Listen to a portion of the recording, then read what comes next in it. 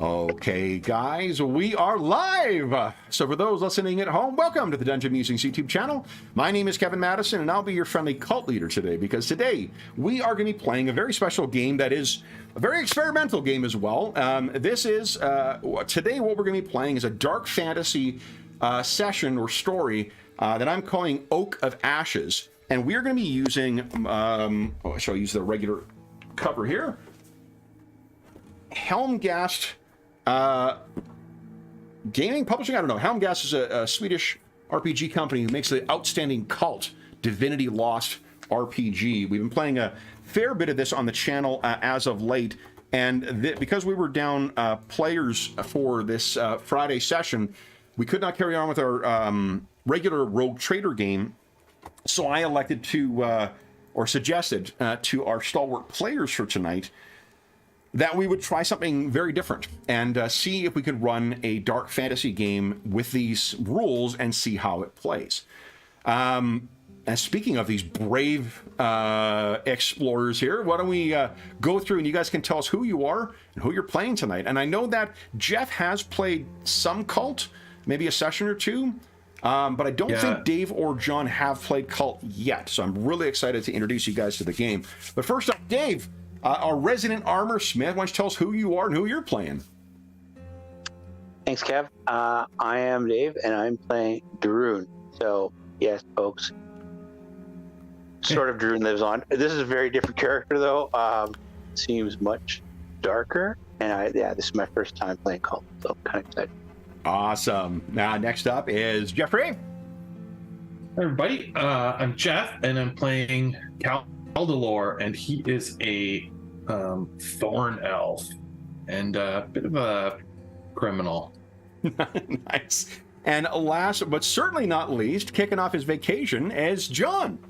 Hey everyone, I'm John, and I'm playing Falcrill. He is a missionary, prophet of the light, of the Maker, touched by the light.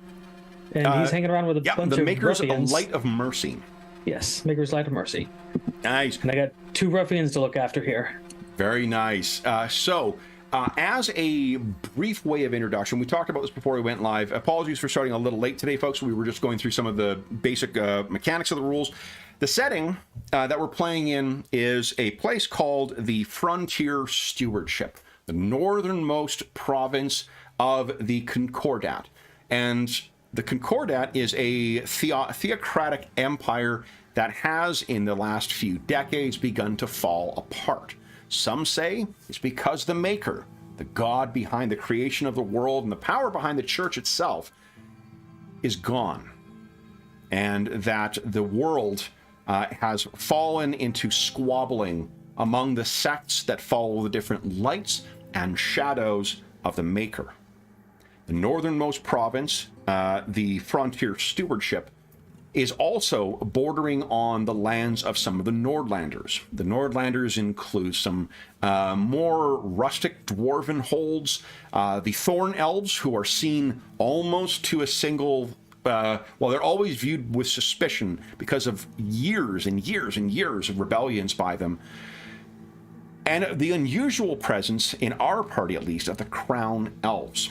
Crown Elves are generally part of the church infrastructure, and yet one is found way in the reaches of the north. And though the Empire, or the Concordat, is beginning to tear itself apart, the iron grip of the Steward of Nordfast is keeping a steady clamp on the Northlands.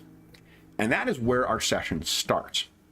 So one thing we need to do actually before we get going is there are a couple of disadvantages we need to address. One of the neat things we do at the start of every session of Kult is we make a roll on some of the disadvantages to give us an idea of what potential bullshit might be happening to our heroes. So I'll go the order I've got you guys on the screen here. Darun, yours is the one that would trigger beforehand, is Nemesis. So would you give us a 2d10 roll, please? Not exploding. Dice don't explode in this. All dice rolls are always going to be 2d10. 19. Well, that tells us that you are safe from your nemesis for the moment. So your nemesis will not come up this session. Next, we have Caldalore. Caldalore, yours is Drug Addict. That will come up at the start of the session. Likewise, give us a 2d10 roll, please. 11. The GM takes 1 hold. GM may spend hold to make a move for your addiction. For example, you cannot resist using the drug, you run out of drugs, you become indebted to a dangerous person, you put yourself in danger while under the influence of drugs, or ruin something important to you, like a relationship while under the influence.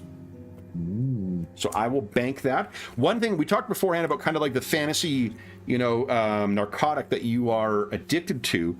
But what do you think the effect is on Caldor? Does it make him dopey and sleepy? Is he manic? Is he just like out of control? Does he hallucinate?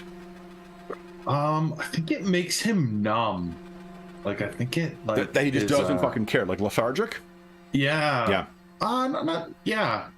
Doesn't care. Like, we talked. One of the things, Caldalore's backstory involves him being a wrongly imprisoned thorn elf.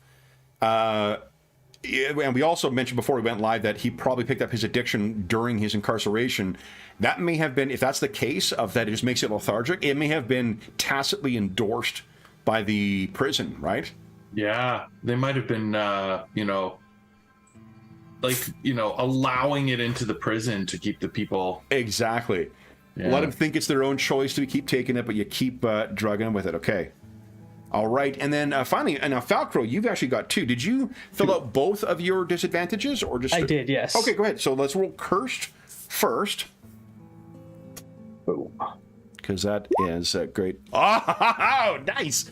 All right. So for Cursed, I get 3 hold. I can spend hold to make a move for the curse. For example, you or someone you care about have an accident, something of yours is taken from you, or you experience terrifying visions, or you're forced to take certain actions with dire consequences if you refuse. The way I was thinking that your curse is, you are blessed by the light. You have an actual connection with the light. But what does the light also come with? Attention and a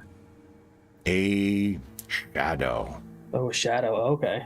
And it is the shadow that is acting against you. The shadow. The brighter the light, the darker the shadow. Precisely. So I have 3 hold with Cursed, and then would you kindly roll for Stalker as well? Yes. Boom. Let's make this interesting. Success with complications. Awesome. All right. So what a stalker is, just so you guys know, this is a fun one. You're hunted by a faceless enemy. Anyone you meet could be one of their minions or even the stalker themselves. No one can be trusted. You must constantly change your address and be vigilant at all times to avoid leaving any tracks they can follow. So I have 1 hold I can spend to make a move for your pursuers. For example, a trusted associate's been paid off, one of the loved ones or allies disappears, something you're trying to do is it's undermined by your enemies, or they actively try and hurt you. That is awesome. Okay, so Stalker is 1 hold. Now, if Jeff or Dave, you feel like you're getting off light, don't worry. The Oath of Vengeance, or Oath of Revenge, and the Wanted come up in the course of play. So you will get payoff for that. All right.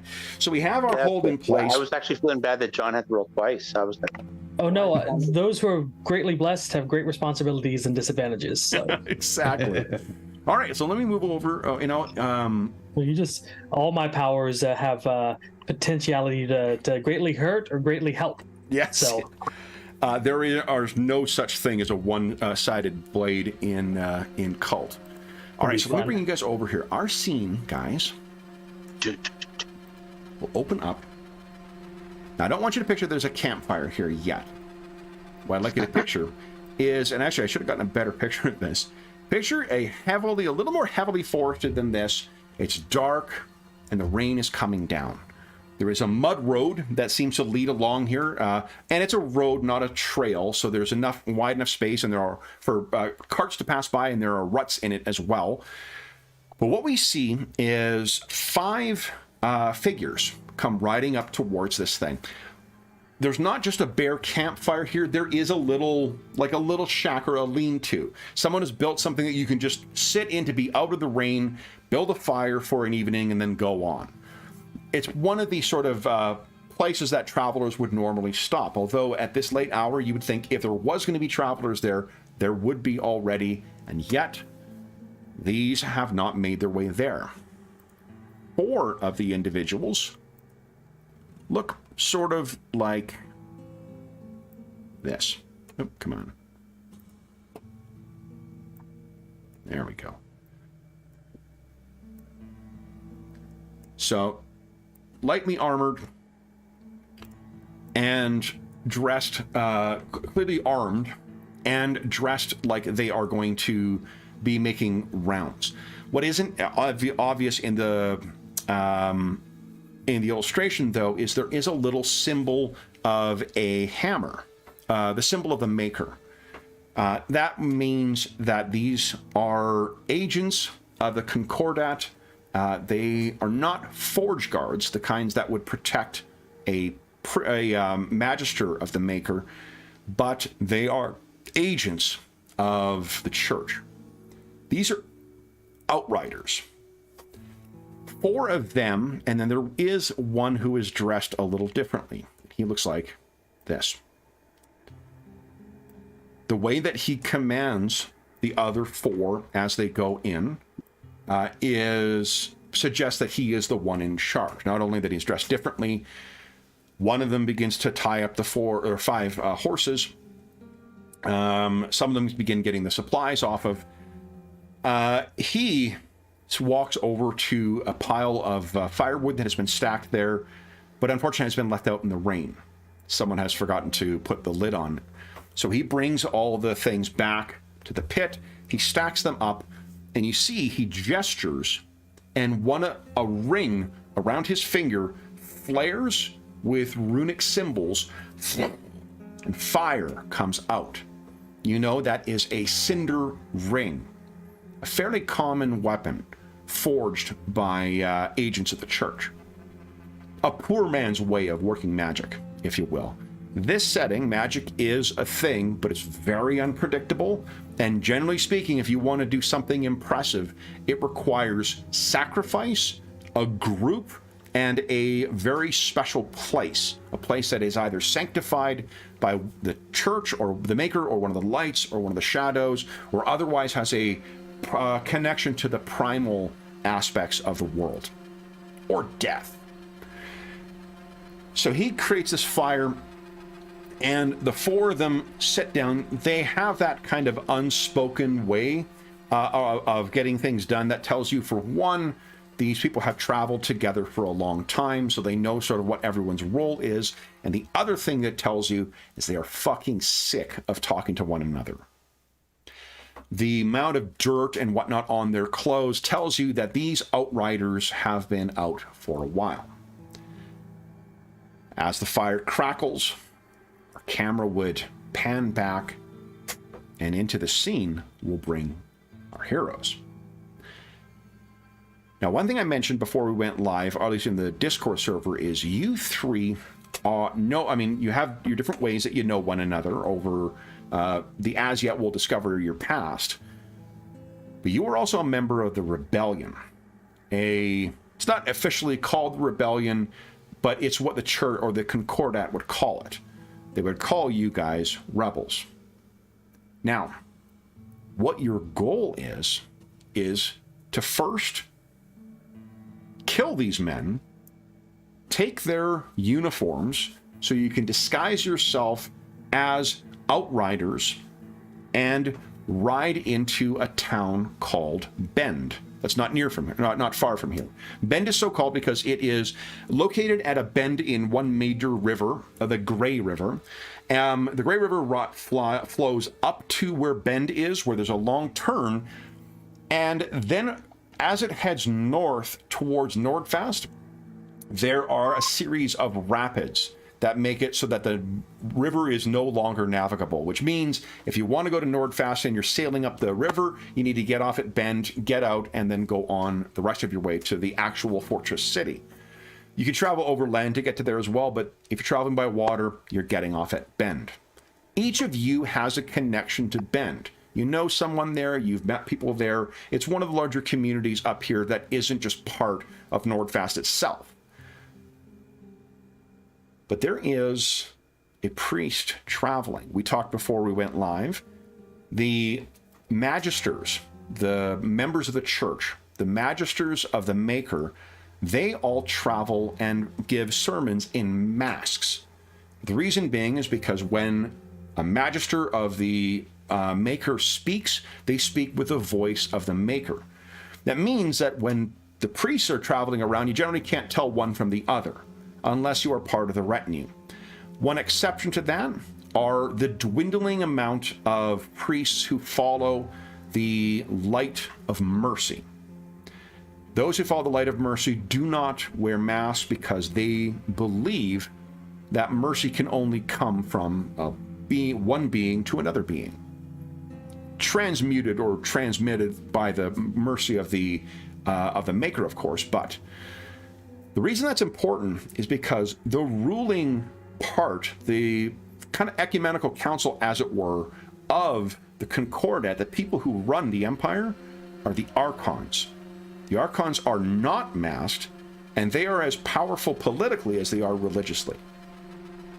You have it on very good authority that the most influential, if not one of the most influential, then the most influential Archon, Archon Venturo, is traveling in disguise as a magister of the Maker on his way to Nordfast, which means he is not traveling with the kind of security he would normally travel, which is to say an army, and it also means there's got to be some purpose to it.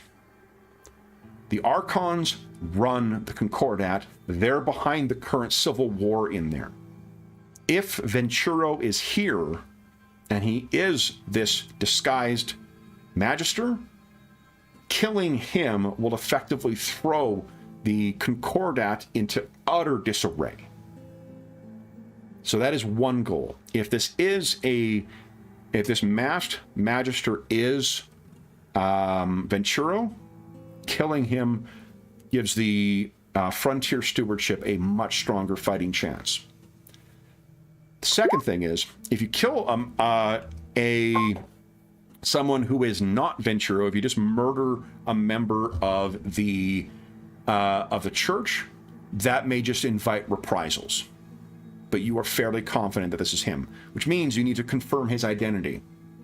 The final thing is, he has to have some reason for traveling. So if you find why he's coming all the way up here, that will give those who are fighting against the Concordat an enormous advantage. So that's why you've come here. There have been other ways of discussing other ways of going in. You could just go over the walls or whatever else. But because not all of you are great at that, the easiest way, and the thing that no one would look twice at, is to wear the clothes of outriders of the Concordat. Outriders come from the Nordlander tribes as well. So it's why no one would look twice at a Thorn Elf. Now, the only thing is, if it is Archon Venturo, he is said to have a fanatical Thorn Elf ally. Someone who has cast aside their traditional beliefs in the primal world and has wholly embraced the faith of the Maker to the point of being a ruthless adversary. You probably can all name someone you have lost to his attacks and his viciousness. So, where do we think you guys are? Now, this is where we talked before, and I don't want you to necessarily think of the moves of the game. Just think in the fiction what you think your characters would do. Would they be hidden in the shadows? Would they ride up on a horse and act as if they are, other travelers? Is there some other strategy you had in mind? Where do you think you guys are?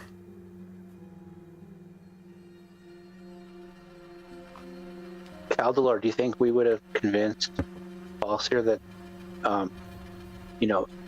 maybe not everybody needs to die, and that if he, invites them to talk or shows some kind of passivity, that we could spring the trap more easily, and that maybe some of them might be able to live, even though we plan on killing them all. Those maybe. heads on the horse there are present. Each one of them a thorn elf. I mean, think of how nasty and how fucking cruel you'd have to be and how tough you'd have to be to ride out into enemy territory and exert the will and check, and do recon effectively for the oppressive empire. Yeah. No wonder the curse is acting up. Falkril actually, these guys are merciless and he doesn't want to kill anybody, but they're displaying severed heads. The shadows must be whispering really hard to him. Mm. Well, and we're trying to help the oppressed. These So are it's evil not men. They need to be dispatched. We need them for our mission. We need their clothes. So who do we see Yes, acting we'll try first? not to bloody their clothes too Is much. everyone hidden in the shadows right now, or like I described kind of the scene to you? You guys can insert yourselves wherever you like. Definitely, I Cross the think that's a road. good strategy, is to start in the shadows. Okay. I don't know what you guys are Yeah. thinking. I'm kind of in agreement. Okay. So who would like to act first? What do we see?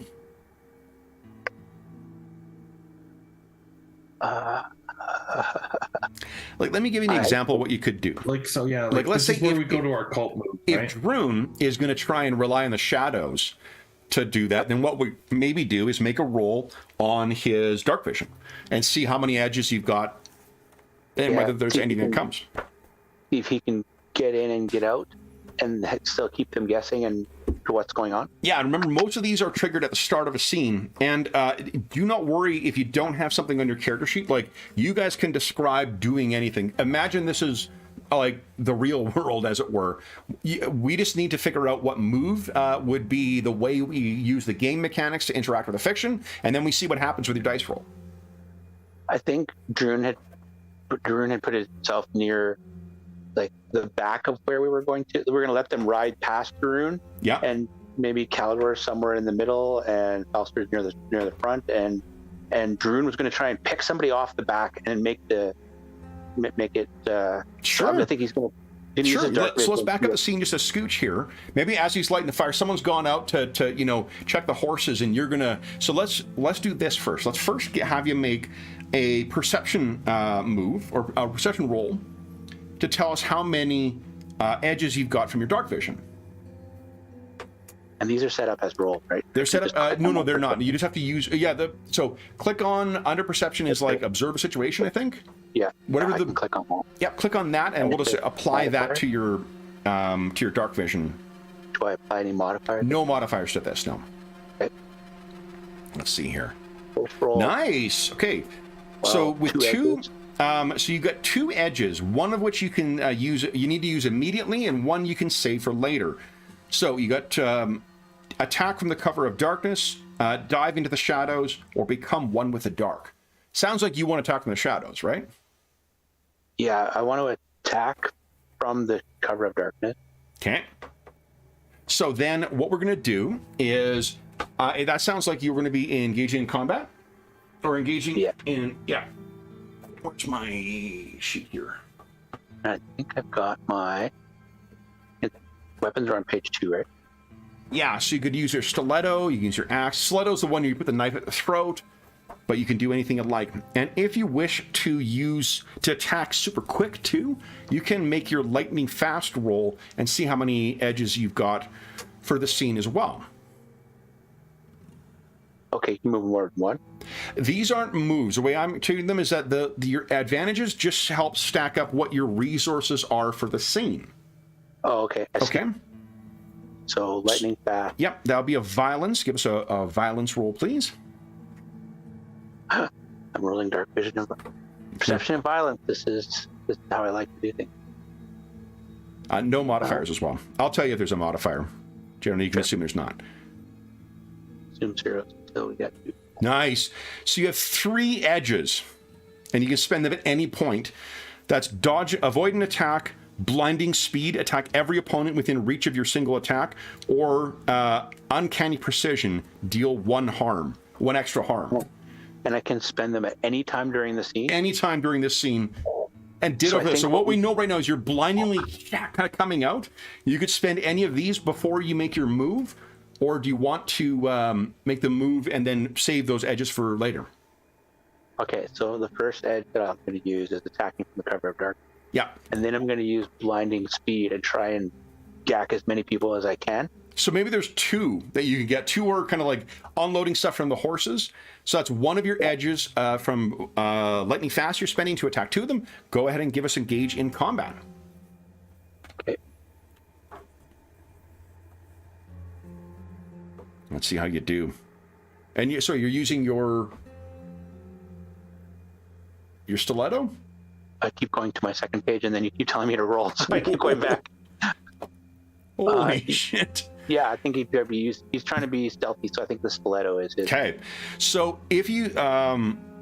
these guys do have armor on, but if you are attacking from darkness without any warning, I think 2 of them are gone. Why don't you tell us what it looks like as you come out of the darkness? Yeah, I think Druin gets one of the guys right from behind, and he doesn't see anything coming. Yep. And it's like a stiletto to the back of the neck, and he just starts to crumple. Yeah. And the other guy just looks over, and then he gets him in the throat so that he can't make a sound. And it's just this kind of like blood gurgle that doesn't get close enough to somebody else. And then I'm going to dive into the shadow. So here's where you could try and trigger your 3rd exit strategy. Oh, really? Yep. See, wow, the downside is if you roll a 9 or less on any of these, I get to make a move. Something complicates the situation. Right. So that's the only reason why you might not try that. But yeah, you could do that if you don't care if the bodies are discovered. No, because I don't think we're gonna worry about the bodies later. Okay. So these 2 guys are done. You disappear into the shadows.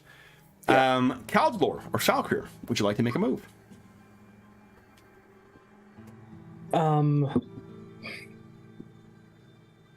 I think Falco, he's really hesitant in actually killing anybody because he just feels the wrongness of the situation, even though it's necessary. Yep. I think he's gonna kind of hold back a bit, but maybe assist Calidor. Sure. In whatever he's doing. How do you think he's doing that? Well, it depends what Calidor's doing. So Caldor, what are you thinking? I think what you see first before he makes his move is you see he's sneaking some of this drug that he's brought along for himself, because he finds that although he's kind of has committed some crimes and killed some people in the past, this was never the life he wanted. And so I think he suffers a lot of guilt, so he sort of numbs himself before he would do something like this. Mm-hmm. Because it's tough on him. Okay. He always just wanted to be a dancer, but life turned another direction. And so what he's going to do is he's going to sneak through the darkness and try and hunt one of these guys down. Okay. Do you want to use any of your advantages to bank some options or edges before you do? So, for instance, you could use sneak. Like Hunter? Hunter sneak? could, if you're picking one specific target, then Hunter would apply. You could also use sneak. Yeah, well, Hunter, that's why I imagined, I don't know, someone goes for a leak in the bush, or someone, has to take a crap, and then he's going to, isolate them and try to, So why don't you give us a Hunter uses perception. Give us a perception roll. Let's see how many you've got stacked up here. Perception. Where's perception? Perception is the observed situation. Oh, it's right in the middle. Oh, yeah. Okay. I'm looking all around the circle, and it's right in the middle. Okay. No modifier. Nice. Ooh. All right, so you get 3 options that you can spend at any point during the scene. Set up an ambush for your enemy, camouflage. 3 Hunter options. Yeah. Or move in shadow. So if it's what you say, building away, say, where do you think that you are as this guy comes out? because one of those options is you just do the harm to him. You don't need to engage in combat. You just do your. Right. Yeah. Yeah. I think that it's like sort of like he's camouflaged himself. Maybe with a branch or something, like right where he spotted that they seem to be going to all, urinate or whatever to sort of keep the smell in one location that's blowing downwind from their little fire. And, he waits till he's sort of distracted, maybe even midstream. It's always hard to like get your weapon out and fight while you're taking a leak. So he, springs out from under this branch right as he's at his most vulnerable, so to speak. So that is that's spending an option from your hunter edge or hunter advantage. Is there a move you'd like to do as well? Do you want to position yourself in a different position? Do you want to attack one of the? There's 3 down so far, which means there is one of the outriders and one of the kind of sergeant left. Yeah, I think what he would do is after that, so what he would do is try to reposition himself. He would try to like scramble up one of the trees that's like right over sort of where this body is. Okay. So that if someone comes and like finds it, he can, sort of spring from the treetop down onto them. So why don't we do this? One of the other options is camouflage, where you get +2 to act under pressure. Act under pressure is what you'd use to try to hide yourself, I think. Oh, yeah. Okay, great. Yeah, so give us spend 2 of my hunter things. I have 1 left. And this will be an act under pressure move with plus, you got, remember, don't put the plus sign in, but +2. Oh, act under pressure. Coolness, that uses coolness. Oh, it uses coolness, right. Okay, I gotta get used to that. Yeah. Oh, it says it underneath them. Right. Okay, so just put 2 in there. Yeah. Holy shit. Yeah. So what do we see is you've, from out of the darkness, the one guy goes down, and then you... Yeah, he's got this sort of like... Is it a longsword? I think he's got a longsword and a stiletto. Yeah, and I think in this case, it's actually the longsword. He was like, he sort of had it under the branch, and this guy, goes to take a leak, and he sort of throws this branch off, maybe almost sort of like at him to like distract, and then like the longsword just comes up from underneath it, right into sort of his bare guts as he's got his trousers down. Well, as a thorn elf, you'd be easily able to clamber up trees and whatnot too, right? Exactly. And then he just sort of pulls his blade out and quickly runs up the sort of nearest tree. Yeah. Ready to pounce on someone else. So Falkir, I think you hear... maybe because you're paying attention, you've heard the outcome of your allies' wrathful acts. There is 1 outrider, and there is the sergeant remaining. I think, knowing that my friends are on doing the killing, I will attempt to walk in and distract the other 2 while it's going on, and maybe try to bewitch them. Yeah, and the way I'm thinking, so lowering their guard. Rules is written the way you play you make a character in Kult is you have 3 advantages. I've added 1 extra one for each of you to kind of reflect a ancestry element. So dark vision, the hunter, and bewitching. That to reflect sort of your the ancestry, the special abilities you get from that, or your culture. Falkir, why don't you give us a bewitching roll then, or move?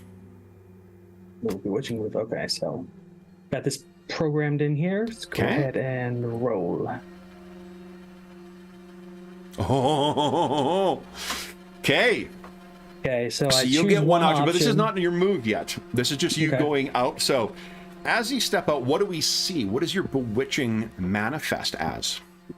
So I imagine with the curse manifesting, it's influencing it quite a bit. But he comes out. So here's the thing, just technically. That's for me to do, not you. Okay.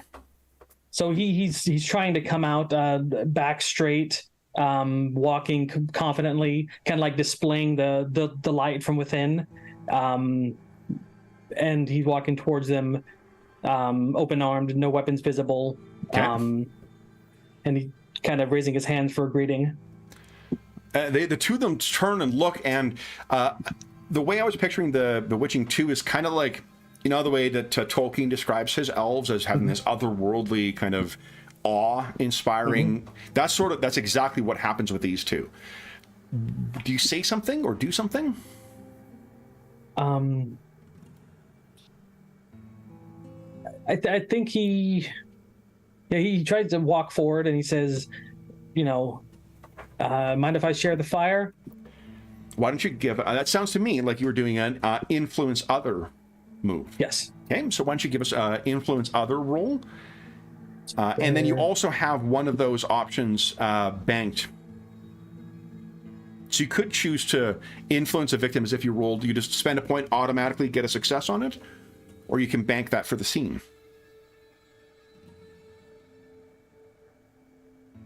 I think I'll spend it just to automatically succeed. Okay. Which one do you wish to have completely entranced? The one with the ring. Okay. So the Cinder Ring guy turns and he looks at you. Would you give us the influence other move for the other guy? Okay, here goes. Nice. So they both kind of look at one another. Yes, sir. Please. What are you doing out here? It's a long and lonesome road to travel all by yourself, and the night bites cold. But my lord, I and this is the sergeant, the one with the cinder ring on. Were you lost?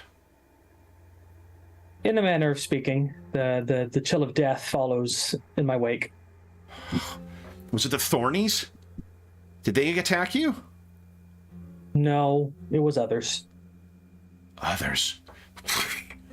And you guys can all hear when he says that, there's a fluttering of a bunch of wings above you. In this cloud-filled sky, it's difficult to see what the hell's up there, but it sounds like there's like dozens of birds moving in the trees. What the hell are they there for at this night? So then, it is my turn to make some moves. So the one guy is going to the sergeant, or the one wearing the cinder ring. He looks at him. He says, "Get the others. Get a guard on for our lord here." And he gets up, and the one guy is going to begin looking around to see where everyone is. Darun has disappeared into the darkness. Caldalor, you're not there whatsoever. And so he can't see either of you guys, and he says, "I can't see a thing. Where are they?" And he calls out a couple of names, and the one wearing the cinder ring says, "Oh," he stands back. "Hold on, my lord."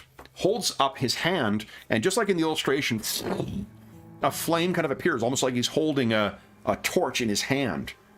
And he's walking around. And you can imagine the flickering and weaving flames and all the different trees that would interfere with things. There's these weaving shadows that are moving around on the ground. Neither of you are visible whatsoever.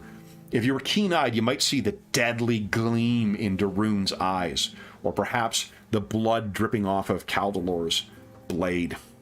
Ooh. That's what they are doing. To you guys, who would like to make a move?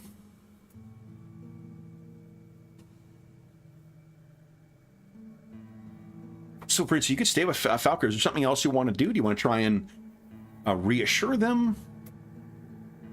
You guys have a bunch of things banked for some of your advantages. Right. Let's see. Yeah, just to be clear, those advantage options last for the scene, right? For the scene, yeah. Yeah, okay. So if there are other ones that you want to try and trigger before the scene ends, you can feel free to do that. Just, again, like on a 9 or less, I get to make a move as well. Right. We could try and do another one if we wanted. Absolutely. Like you've got, like backstab, for instance. Yeah. You can try and load those up as well with options. Okay. And, could I try to read a person? What are you trying to do? The guy with the ring. So here's the thing. For now, what I'd suggest is don't look at the moves. Think of what you want to do in the fiction, and then we figure out how to do that in the rules. I want to distract the guy to a point where he lets his guard down a bit. Okay. Maybe get a little insight into him. Okay. Just to see what would distract him. Okay. So That to me sounds like you were influencing other, because you're trying to get them to do what you want. Okay. To focus on you. Reading a person is to get information about them, right? Because like the lists are like, are you lying? How do you feel right now? What do you want to do? Maybe that could set something up, but there is a more beneficial way of what observe a situation does is you get to ask me questions, and then if you act on the answers, you get +1 to your roll to any move that relates to them. Okay. But if you're just trying to get their attention back on you, you have... Oh, you've already spent your bewitching thing, so then it would be influence other. If you're going to try and distract both of them, I'll give you a -1 to it. Magic. So, influence. So are you influencing other? Yes. Okay, go right ahead. Okay. So what is it you say? Now we figured out what's happening in the scene here. So do I play into the failure, or do I just say what I say? You say what you're going to say, and then I get to make a move. Okay. He takes a look at the heads there on the horses, and like, what's the story with these? And he's that's more just more trouble up with the Nordlings, my lord. You need not worry. Where are they? He draws his sword. That fire begins to burn a little hotter. It begins to take like a bluish tint to it. I think that, my lord, have they followed you here? And he moves over towards you, Falcrill. Stay behind me, my lord. I will keep you safe. And the other guy kind of moves back from the edge of the shadows and grabs his crossbow. Caldalor, Darun, would you like to make a move? Yeah, I'd like to try and use my my backstab. Actually, I like that idea. Okay. It does. So I roll coolness to see if I succeed. Yeah. Okay. Before I make my move, because yeah, your distractions. They are definitely focused on you. Unfortunately, what they're doing is focusing on you. Right. Falcrill or Falkir. Ooh. So you get two options when you attack someone who is unprepared for it. You can aim for sensitive parts, you can render them unconscious, or you can act soundlessly, and if your victim dies, you leave no clues behind. What are you thinking? If you want to use one of those immediately. Yeah, I totally want to use one of those immediately. I want to... I'm gonna aim for the sensitive parts, trying to deal +1 harm. Okay. Because I'm concerned that this sort of fire-wielding guy is quite dangerous. Oh, okay, so you're going for him. Yeah, I'm going for the guy the sort of leader. And what are you doing? Are you kind of charging out of the darkness and trying to get him, or are you gonna? Yeah. Okay. I mean, I don't know how high fantasy or fancy we want to get, but like maybe he's even moved through the trees a little bit, so he's a little closer to the sort of the Imagine fire. with this game, the best way to think of it, I think, is very, very earthy. Like this is low fantasy. But it just that also highlights how phenomenal you guys are. Right. Okay. Yeah. Okay. So then probably what he's done is, since no one's been coming, he's probably, climbed back down, and at this point is positioned himself sort of on the edge of the firelight, and he's just going to rush in quickly. Maybe using Falkir's shadow as a way of hiding. Yeah. Slide it next to him and thanks for the distraction. Yeah, and maybe really even playing off of the they followed you, sort of coming out right from behind him, you know. So why don't you give us a engage in combat move? Yeah. Okay. Remember you had those other things banked from Hunter. You got one left, right? Yeah, one Hunter left. That's going to avoid harm or set up an ambush. I don't see that really applying here. But no, go right ahead. Yeah. So here we go. Engage in combat. Oh, one thing. When you use one of your special abilities with Weapon Master, You actually get to use your coolness instead of violence when you engage in combat. Oh. And what's your violence? Is it +1? Yeah. So it'll be 2 higher. So that would be a 13. So it's still not a 15.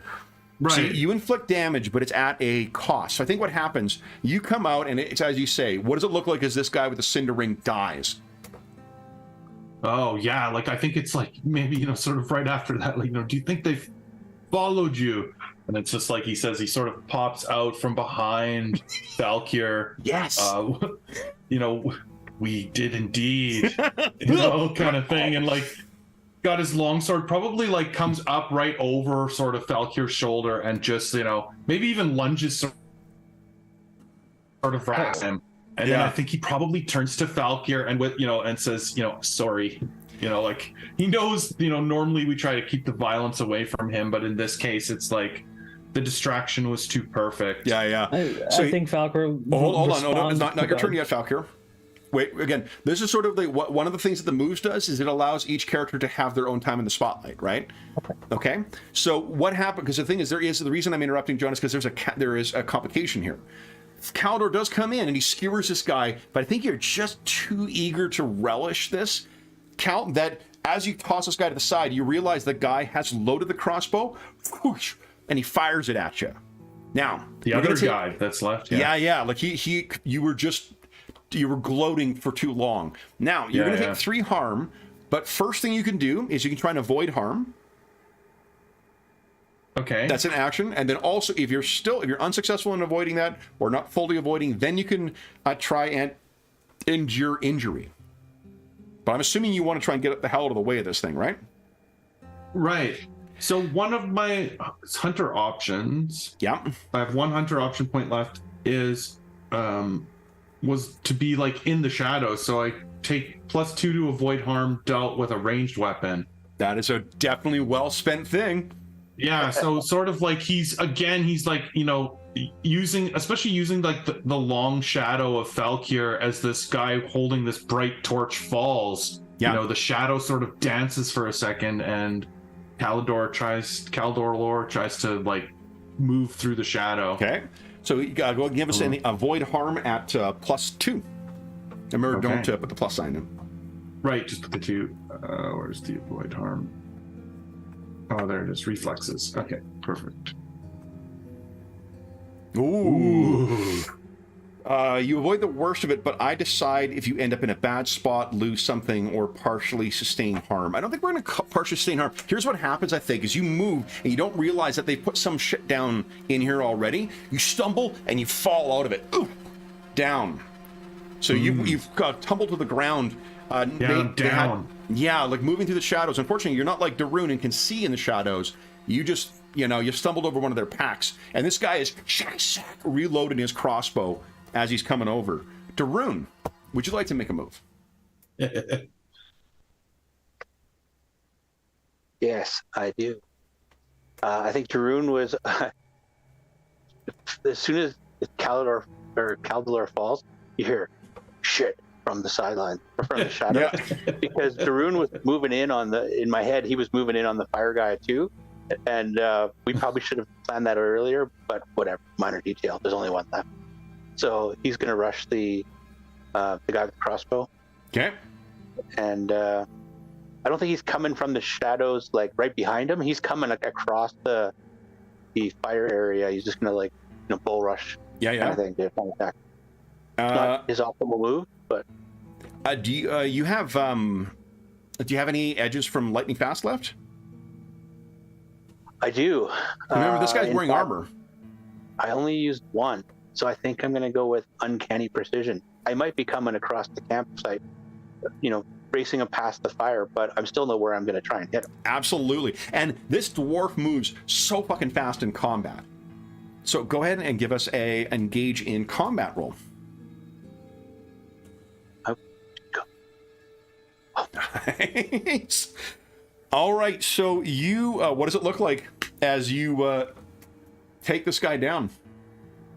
I think Darun comes in low, and as he's trying to get his crossbow loaded, he kind of looks down and he just jumps up and gets him right under and the throat and collarbone kind of area. It's like, yeah, stiletto to the neck, breaks 3 times. Okay, nice. Oh, and he staggered down, didn't even see you coming. So we're out of kind of structured time, so you guys can feel free to order. But what I want Falkir to do is, Falkir, would you give us a keep it together roll, please? Thought that was coming. Death all around. Witnessing all this death up close. So something weird, something strange is welling up in you. Do you think that you are angry or sad, scared, guilt-ridden by this? I get to pick one? You get to pick one of those 4, yeah. I am going with guilt-ridden. Okay. And to act that out narratively, as the guy with the fire falls from Caldor's blow and Caldor trips, he kind of catches him and slowly lowers him to the ground and says, "You burned too bright and the shadows came." And he says to you, sputtering with blood coming out of his mouth, "My lord, I'll protect you." Falco just gives out a deep sigh as he breathes his last and just hangs his head.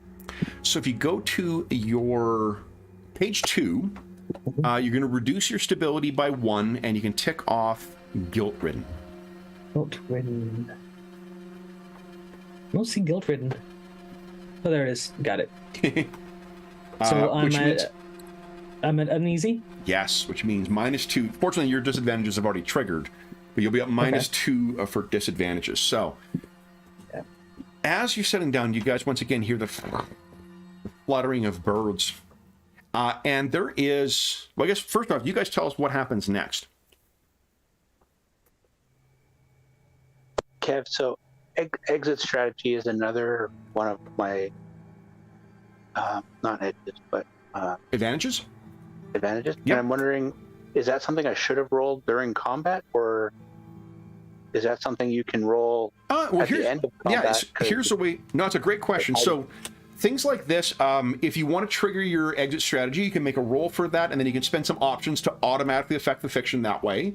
Otherwise, what I might roll is like, I might have you guys decide who's going to take responsibility for it, and then we would probably act under pressure, and then the outcome of that will tell us whether someone might stumble across, maybe you miss some blood in the daylight, maybe, Yeah. So because I think, so I want to try and make sure that we keep this scene nice and clean, and they don't know exactly what's happened here. Hell yeah.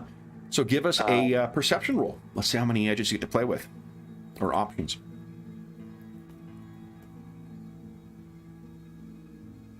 Success with complications. That's actually not the case with this. It just means you've got 2 options. Okay, so yeah, 2 options from below. Left no clues that can be traced back to you, and the body is hidden and will not be found for quite some time. Okay. I think we, he knows that Caldor is like great with camouflaging and stuff like that, and so he invites him to like help. We're going to strip them down because we need their clothes, but we don't need the body. So let's make those disappear. Don't want to leave a trace. Good idea. You're going to get a kind of like a half glare from Falkrill that says they are not disappearing without a prayer first, despite their deeds. Okay. Do what you must. We don't want people chasing us down while we're wearing their clothes. So, I think, who has the highest perception modifier? It's either Darun or Caldor. 2. 2 as well? 2. Okay. So let's say it's Caldor, -2. just because your hunter connection. You can hear the horses kind of, they're snorting, and not whinnying, but like they're making a little bit of noise and clearly trying to move from where they've been lashed out in the rain to the hitch post. Or hitch? I can't remember what it's called. Hitching post? Is that a word? I don't know. It is now. Yeah, it's a thing. Okay. So Falkir is down and saying whatever his blessings are to the Light of Mercy. Darun is getting to the grisly task of grabbing and dragging these bodies over. Cal, you're the one who notices these horses. Yeah. I don't know how much I feel Cal knows about animals. I feel like he's a sorry, what kind of elf is he again? Thorn elf. Thorn elf. Yeah, maybe he knows animals okay. I think, if you think he doesn't, I can tell you him. why. He may have been jailed as a fairly young elf, and that thing that everyone assumes you're aren't you close with animals? Aren't you close with nature? And you're like, I spent like 40 fucking years in a concordant, re-education camp. Fuck no, I don't know anything about birds. Yeah, and I think they make him nervous, is I guess what I was kind of imagining too. So I don't know if you guys have ever spent a lot of time around horses, but they're very intimidating creatures. They're very smart and they're extremely powerful. So Mm-hmm. And maybe he feels like, and this is probably just in his head, but he feels like they can see that he's got this drug addiction almost. It's almost like they see that he's tainted in that way, like they see him for who he is and they don't trust him. So man, and what if he knows that there's a level of unease that he's got, but he can feel it masked by the drug? Right. Yeah, absolutely. Okay. Yeah. So I think I'm going to spend one of my moves for this, and while this is your drug addiction, it's kicked in now, and what you guys would see, Falco, is that Cal just kind of walks out casually out into the rain, his head uncovered, and he's patting these horses, and he's just like, hey, take it fucking easy, just calm down, all right? And Drew, you can maybe hear this as well, and Cal, that's when you can see at the end of the horses, where Darun murdered those two guys, there are two bodies, man-sized shadows, standing up. Now, you can't see in the dark, so imagine, you can see just the vague outlines of two men standing. Just like shadows. Yeah, so you need to cast more light on there in order to see them properly. What do you do? I think he means to yell out for his allies, and it probably just comes out as like an eek or something. Not quite an eek, but you know what I mean, just like. So he kind of, Darun, you hear kind of both of you guys, Falkir and Darun, you hear that strange, and he's staggering back and seems to be looking at something. Darun, you're the one who can probably see, because you can actually see in the dark. You can see there are those two men you cut down where you left their bodies before, they're standing, but there's something off about it. It's almost as if they're wearing like a ghillie suit or something. What do you do?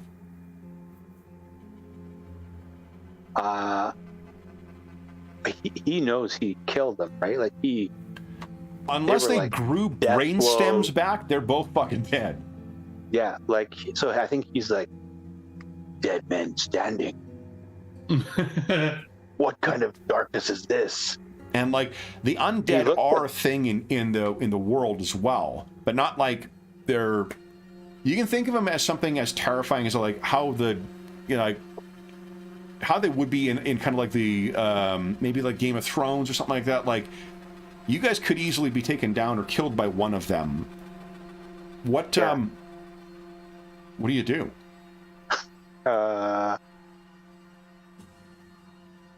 I think he draws a weapon and he looks to the light of mercy and says, "What do we do?"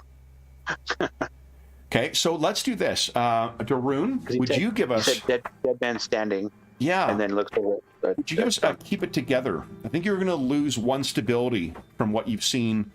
Cal, actually, why don't you give us you've seen the outline of them too. Both of you guys give us a keep it together check or move.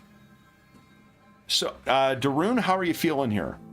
Angry, sad, scared, guilt-ridden? What are you thinking? I think he's kind of scared, actually. Okay. So if you go to page 2, mark down your scared. Cal, this is for sure the drugs talking, right? Oh, yeah. Well, not just that it's not that it just is the drugs talking, but the drugs also help him stay calm and this kind of, keep mellow, so he's just like, now, one thing I forgot, Darun, you will not remember, you are jaded. So you'll feel that after this scene. Oh, okay. Okay? So he like grins and bears it? Yeah, you just, like, you just sort of go into, I don't know, you're focused on your action as opposed to, as opposed to anything else. So, Falkir, you haven't seen this as of yet. So, guys, would anyone like to take a move or do anything? I think Falkrol, he heard like Darun say dead man walking, and he kind of like, he turns slowly to look over to the deepening shadows and stands up because he wants to confront it, whatever it is. Okay. Because these aren't men. You can hear kind of a flapping of wings around you. Do you do anything, Falkir?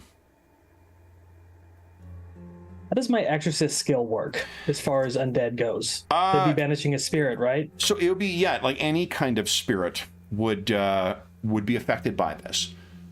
If you're tapping into it, again, it's a very powerful thing to force any kind of spirits back. And the better you roll, the less of a consequence it will have in the long run. Okay. But if you want to try and banish them with the power of your light, you can certainly do that.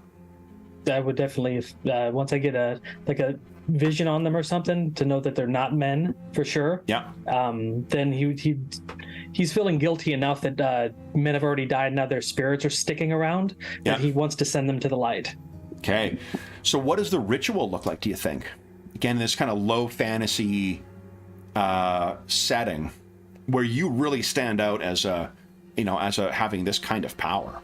Yeah. I think as he's walking forward, he just starts doing a symbol to represent the Maker, and as he's doing so, his skin starts to glow with a otherworldly light. Yeah. As he lifts forward, and then he pushes forward to try to push the spirits away and send them on. Go ahead and give us. So actually, you got them added in. So go ahead and give us your exorcist roll. Exorcist roll. Come on, don't hurt anybody. Nice. Oh, Even nice. with the Look at penalties. this. So you get two options. Which two are you going to choose? Honestly, he doesn't care if these things are hostile to them because he doesn't like undead at all. I'm choosing Okay. nobody's harmed and the entity will not reappear. All right. So there's a wave of power that goes out. Those two men drop down. And you also hear from behind, Cal, where you cut that guy down, there's a thump from behind there as well. Oh, yeah. You all kind of look I guess around. I was almost expecting it at this point. Yeah, maybe you turn around, you're like, yeah, that tracks. Yeah. Yeah, him too. All right, so Cal's a little, easy going right now. Darun, with this, the immediate thing going over, I think. You tell me, like, how do you think the fear manifests? Does Darun get like the bad combat shakes afterwards, or does he get a twitch? Does he cry on his own? Like, what is the thing that manifests as his fear? Actually, I think Darun has to I think he has to have a little cry session. He gets all teary, and you can actually hear him sobbing a little bit, and he's got to let it out. But it's Okay. not something you would expect from a cold-blooded killer. No, so you sort of go by, and Falkir has walked past you now, and as the light is dying down from your skin, I think you're able to see. So Darun, mark down your stability is down by 1, and tick off the scared. So how do you mark stability down by 1? Go to the second page. Yeah. And it's Stability is composed, underneath your uneasy. wounds, and I think it's just tick the box. That's the second one down. Okay. So that should be uneasy. uneasy, exactly. Okay. Yeah. Okay. And then, and also right next to that, on the right-hand side, there will be a couple of boxes for different conditions. Yeah, I've got scared ticked off. Yeah. Okay. Perfect. All right. So, Falkir, what you can see is that the bodies are once again, as dead as what they were before. But what's happened is that it's as if somehow a some kind of black barked tree has somehow sprouted through their bodies up from the ground, to the point where one of them has fallen down and the tree has broken. You know, like when a fresh tree breaks, it leaves those kind of tendrils and whatnot behind. One of its feet is connected to the ground, and the other one, the foot is still up. Like as it collapsed down, the tree is just there, and there is almost like a smoking residue on the outside of the bark on this, as if they were freshly drawn from the fire. He kind of gets like this disgusted look on his face, and his eyebrow raises up. He's like, "We shall not bury these men. We must burn them." Would you give us a keep it together check as well? This is an unnatural thing that... Okay, and just supposed to have that condition applies to rolls, right? Turned on? Yes, you are, yeah. Okay. Here goes. Okay. How's he feel? I think this is going to haunt him. Death is unnatural. Trees now can do this? So here's what I do. You're for sure losing one stability here. Mm-hmm. And what I'll do is I'm going to bank, if you're haunted by it, if you come across this thing again, it will be a more challenging loss. That's good. Okay. Cool. So that takes me down to unfocused or shaken. Yeah. So down by one more. So it'd be to unfocused. Okay. But once per session, you guys can draw on your connections. What do you call it? Our friend, like our yeah. To the end. If you draw on that in a scene to take comfort from one another or to role play out some aspect of it, you can recover stability equal to the rating of your relationship. Cool. Mm-hmm. So, what happens next, guys? Burn in the bodies. These men shall not be buried. As the you begin grabbing the bodies once again, Droon kind of Cal, you maybe Droon just when he does kind of get his post-combat weep on, does that is that something he keeps from the others, or do they know?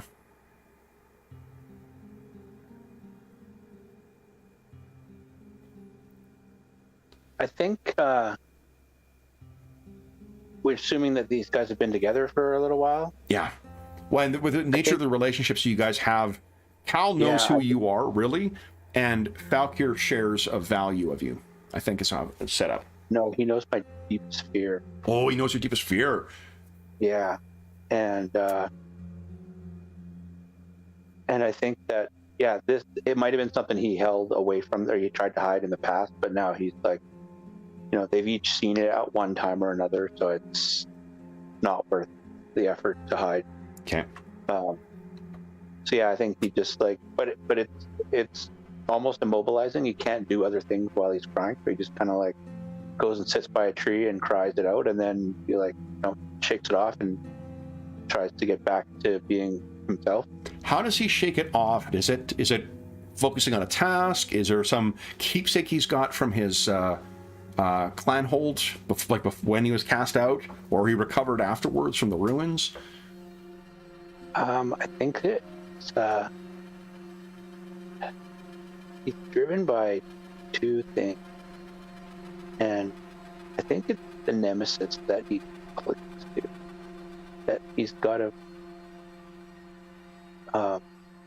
outlast his nemesis. Can't do that. He can't do that if he's weak. So that actually ties into his fear, which I just discovered. Awesome. So his fear is that he dies before his nemesis. And that's awesome. His name is sullied forever because he's not there to defend it. So he wants the world to know what truly happened to his people, and he can't do that as long as his nemesis is alive and in power. Awesome. I can't wait to hear more about your nemesis. So that means, I guess, Cal, you probably are the one best equipped to help Falkir with bringing these bodies in. You're able to recover enough of the outfit to kind of disguise yourselves as, well, we'll find out, I guess, when you guys try and make it into Bend. But what else do you guys wish to do?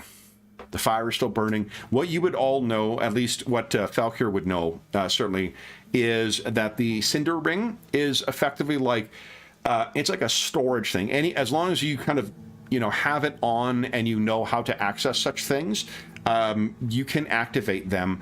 You can actually kind of throw little, like, kind of stored up, not bolts of fire, but like almost as if you threw coal or char from it out at someone. But to charge it up, you need to leave it in a fire.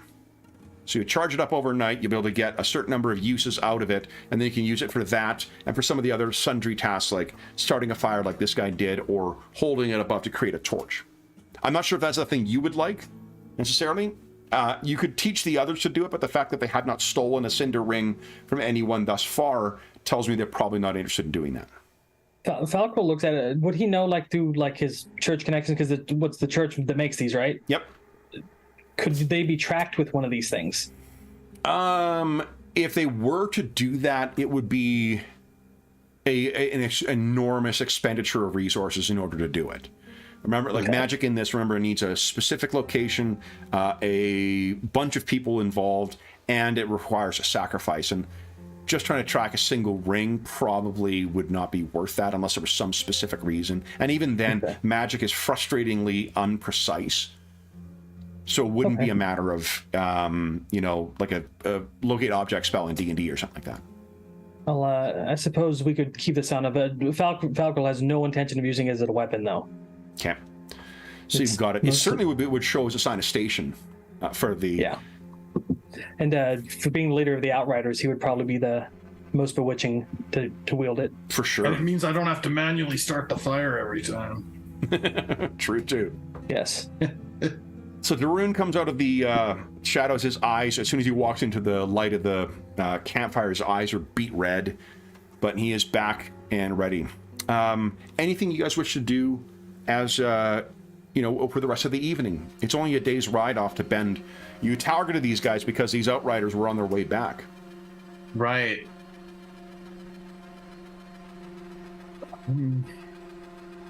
These, the severed heads on the horses, I think we should, put them to rest as well.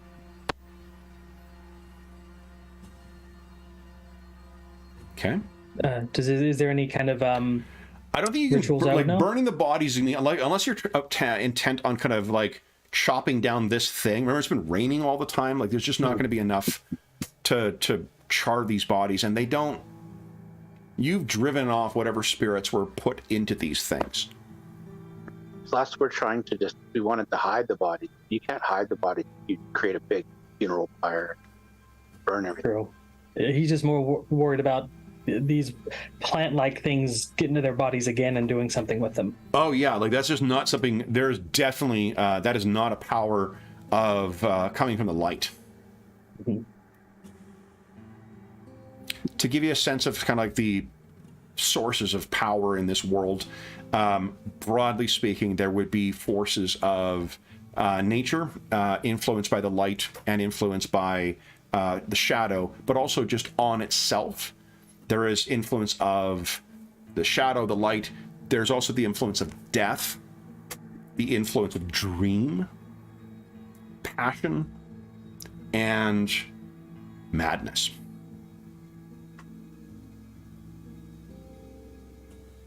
This is also only after you are living, some say, in the end times. The Maker has left its creation, and the world will eventually fall apart. Yeah, maybe instead of burning the bodies, we could just hobble them so if they do come back, they'll be almost useless. Like cut them up? Desecrate them, you mean? He turns his nose up at that. He's like, I don't like the idea either, but I'd rather not undead slaughter innocents. These... Why don't we do this? Actually, because this sounds like a move.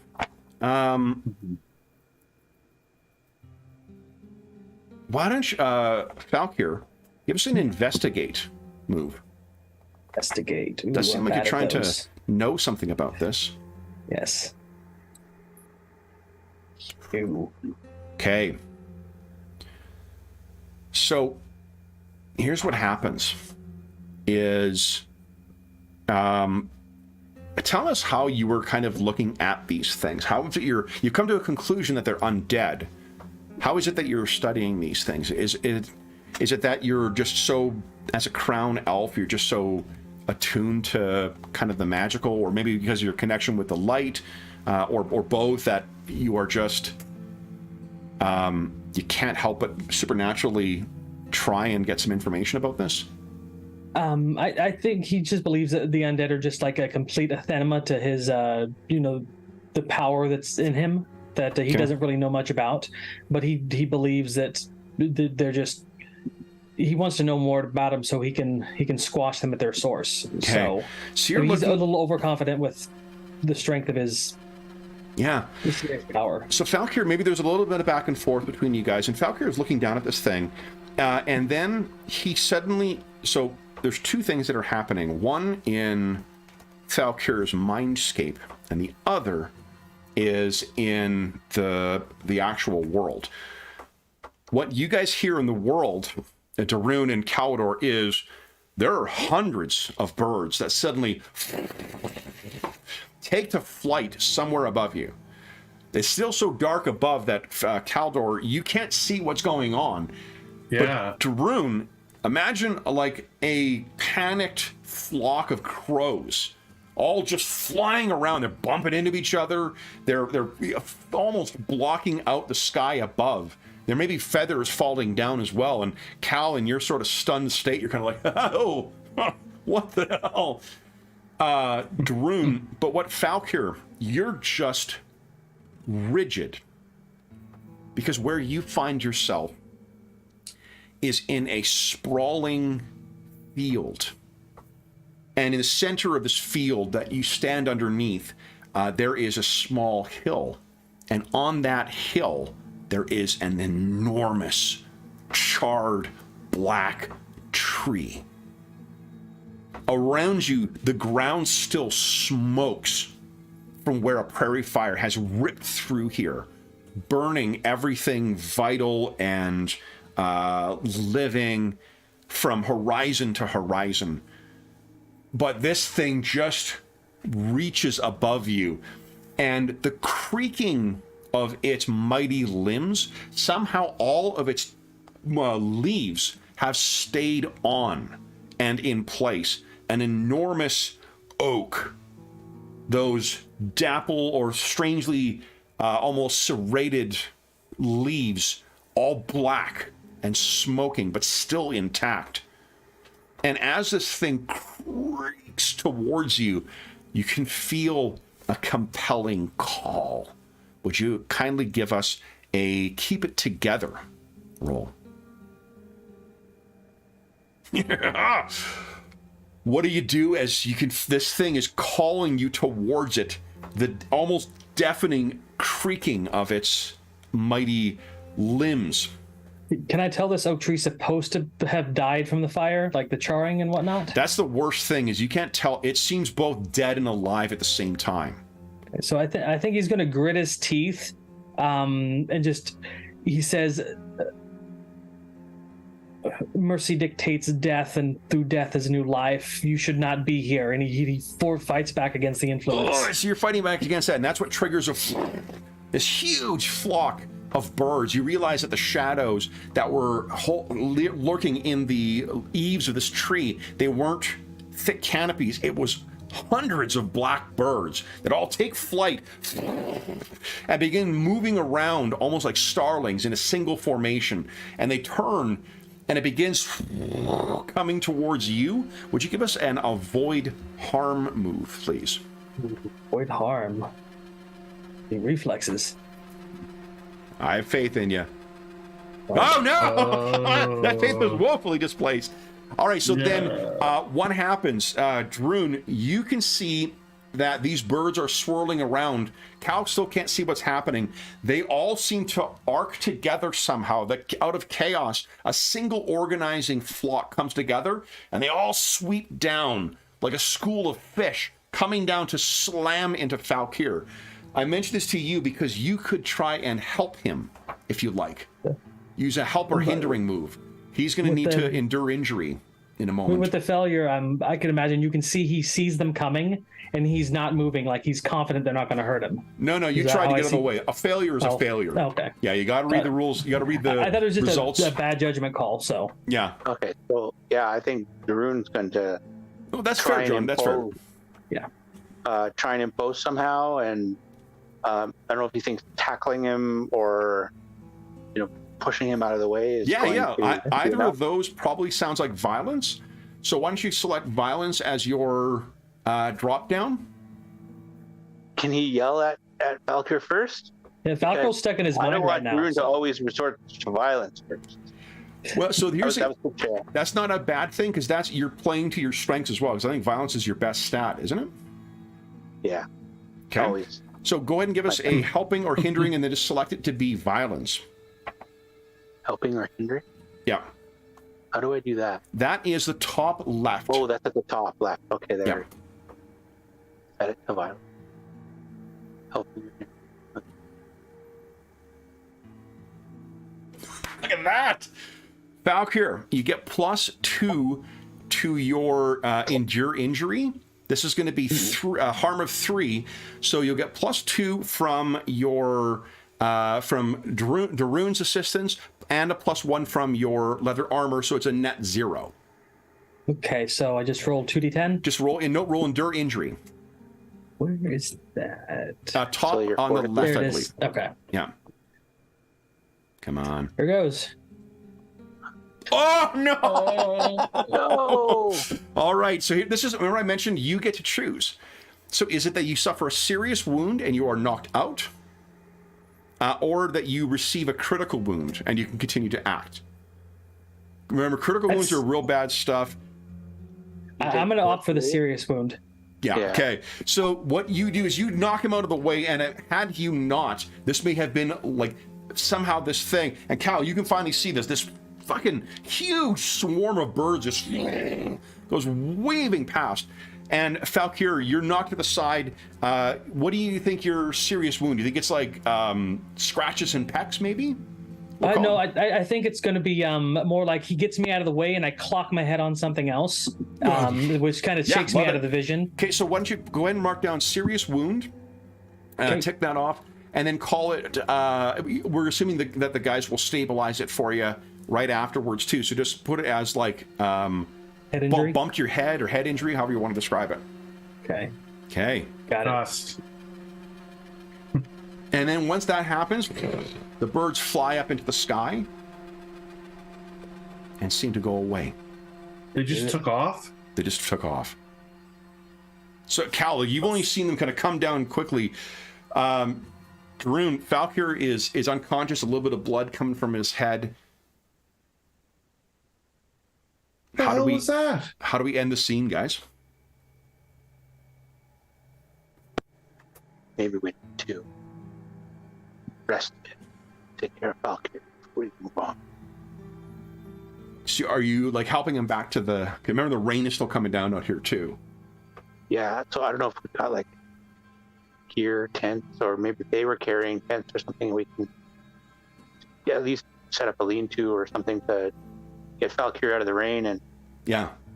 Well, even here, you got that ledge. I mean, you guys have that the place where the outriders were going to stay. That was a roadside stop. It's out of the rain. It's safe. It's solid, raised, so you're not getting on the wet ground. Yeah. Okay, well, I guess we'll dress him in one of the Outriders' clothes, and maybe they'll provide some care. Okay. So we can imagine that as our scene comes to a close, Falkir, you can hear the muttering of like Daroon's deeper voice and Cal's higher, more melodious sound, and just it's all distorted as your vision kind of swirls. And the last thing you kind of see once again is that enormous black tree. And as you're laid down, why don't we take our mid-session break, guys, and we'll find out what happens next when we get back. Gotcha. I'm Okay. going to go to this roadside inn and refill my drink. Sounds good. All right, so for those listening at home, we'll be back in about 5 minutes.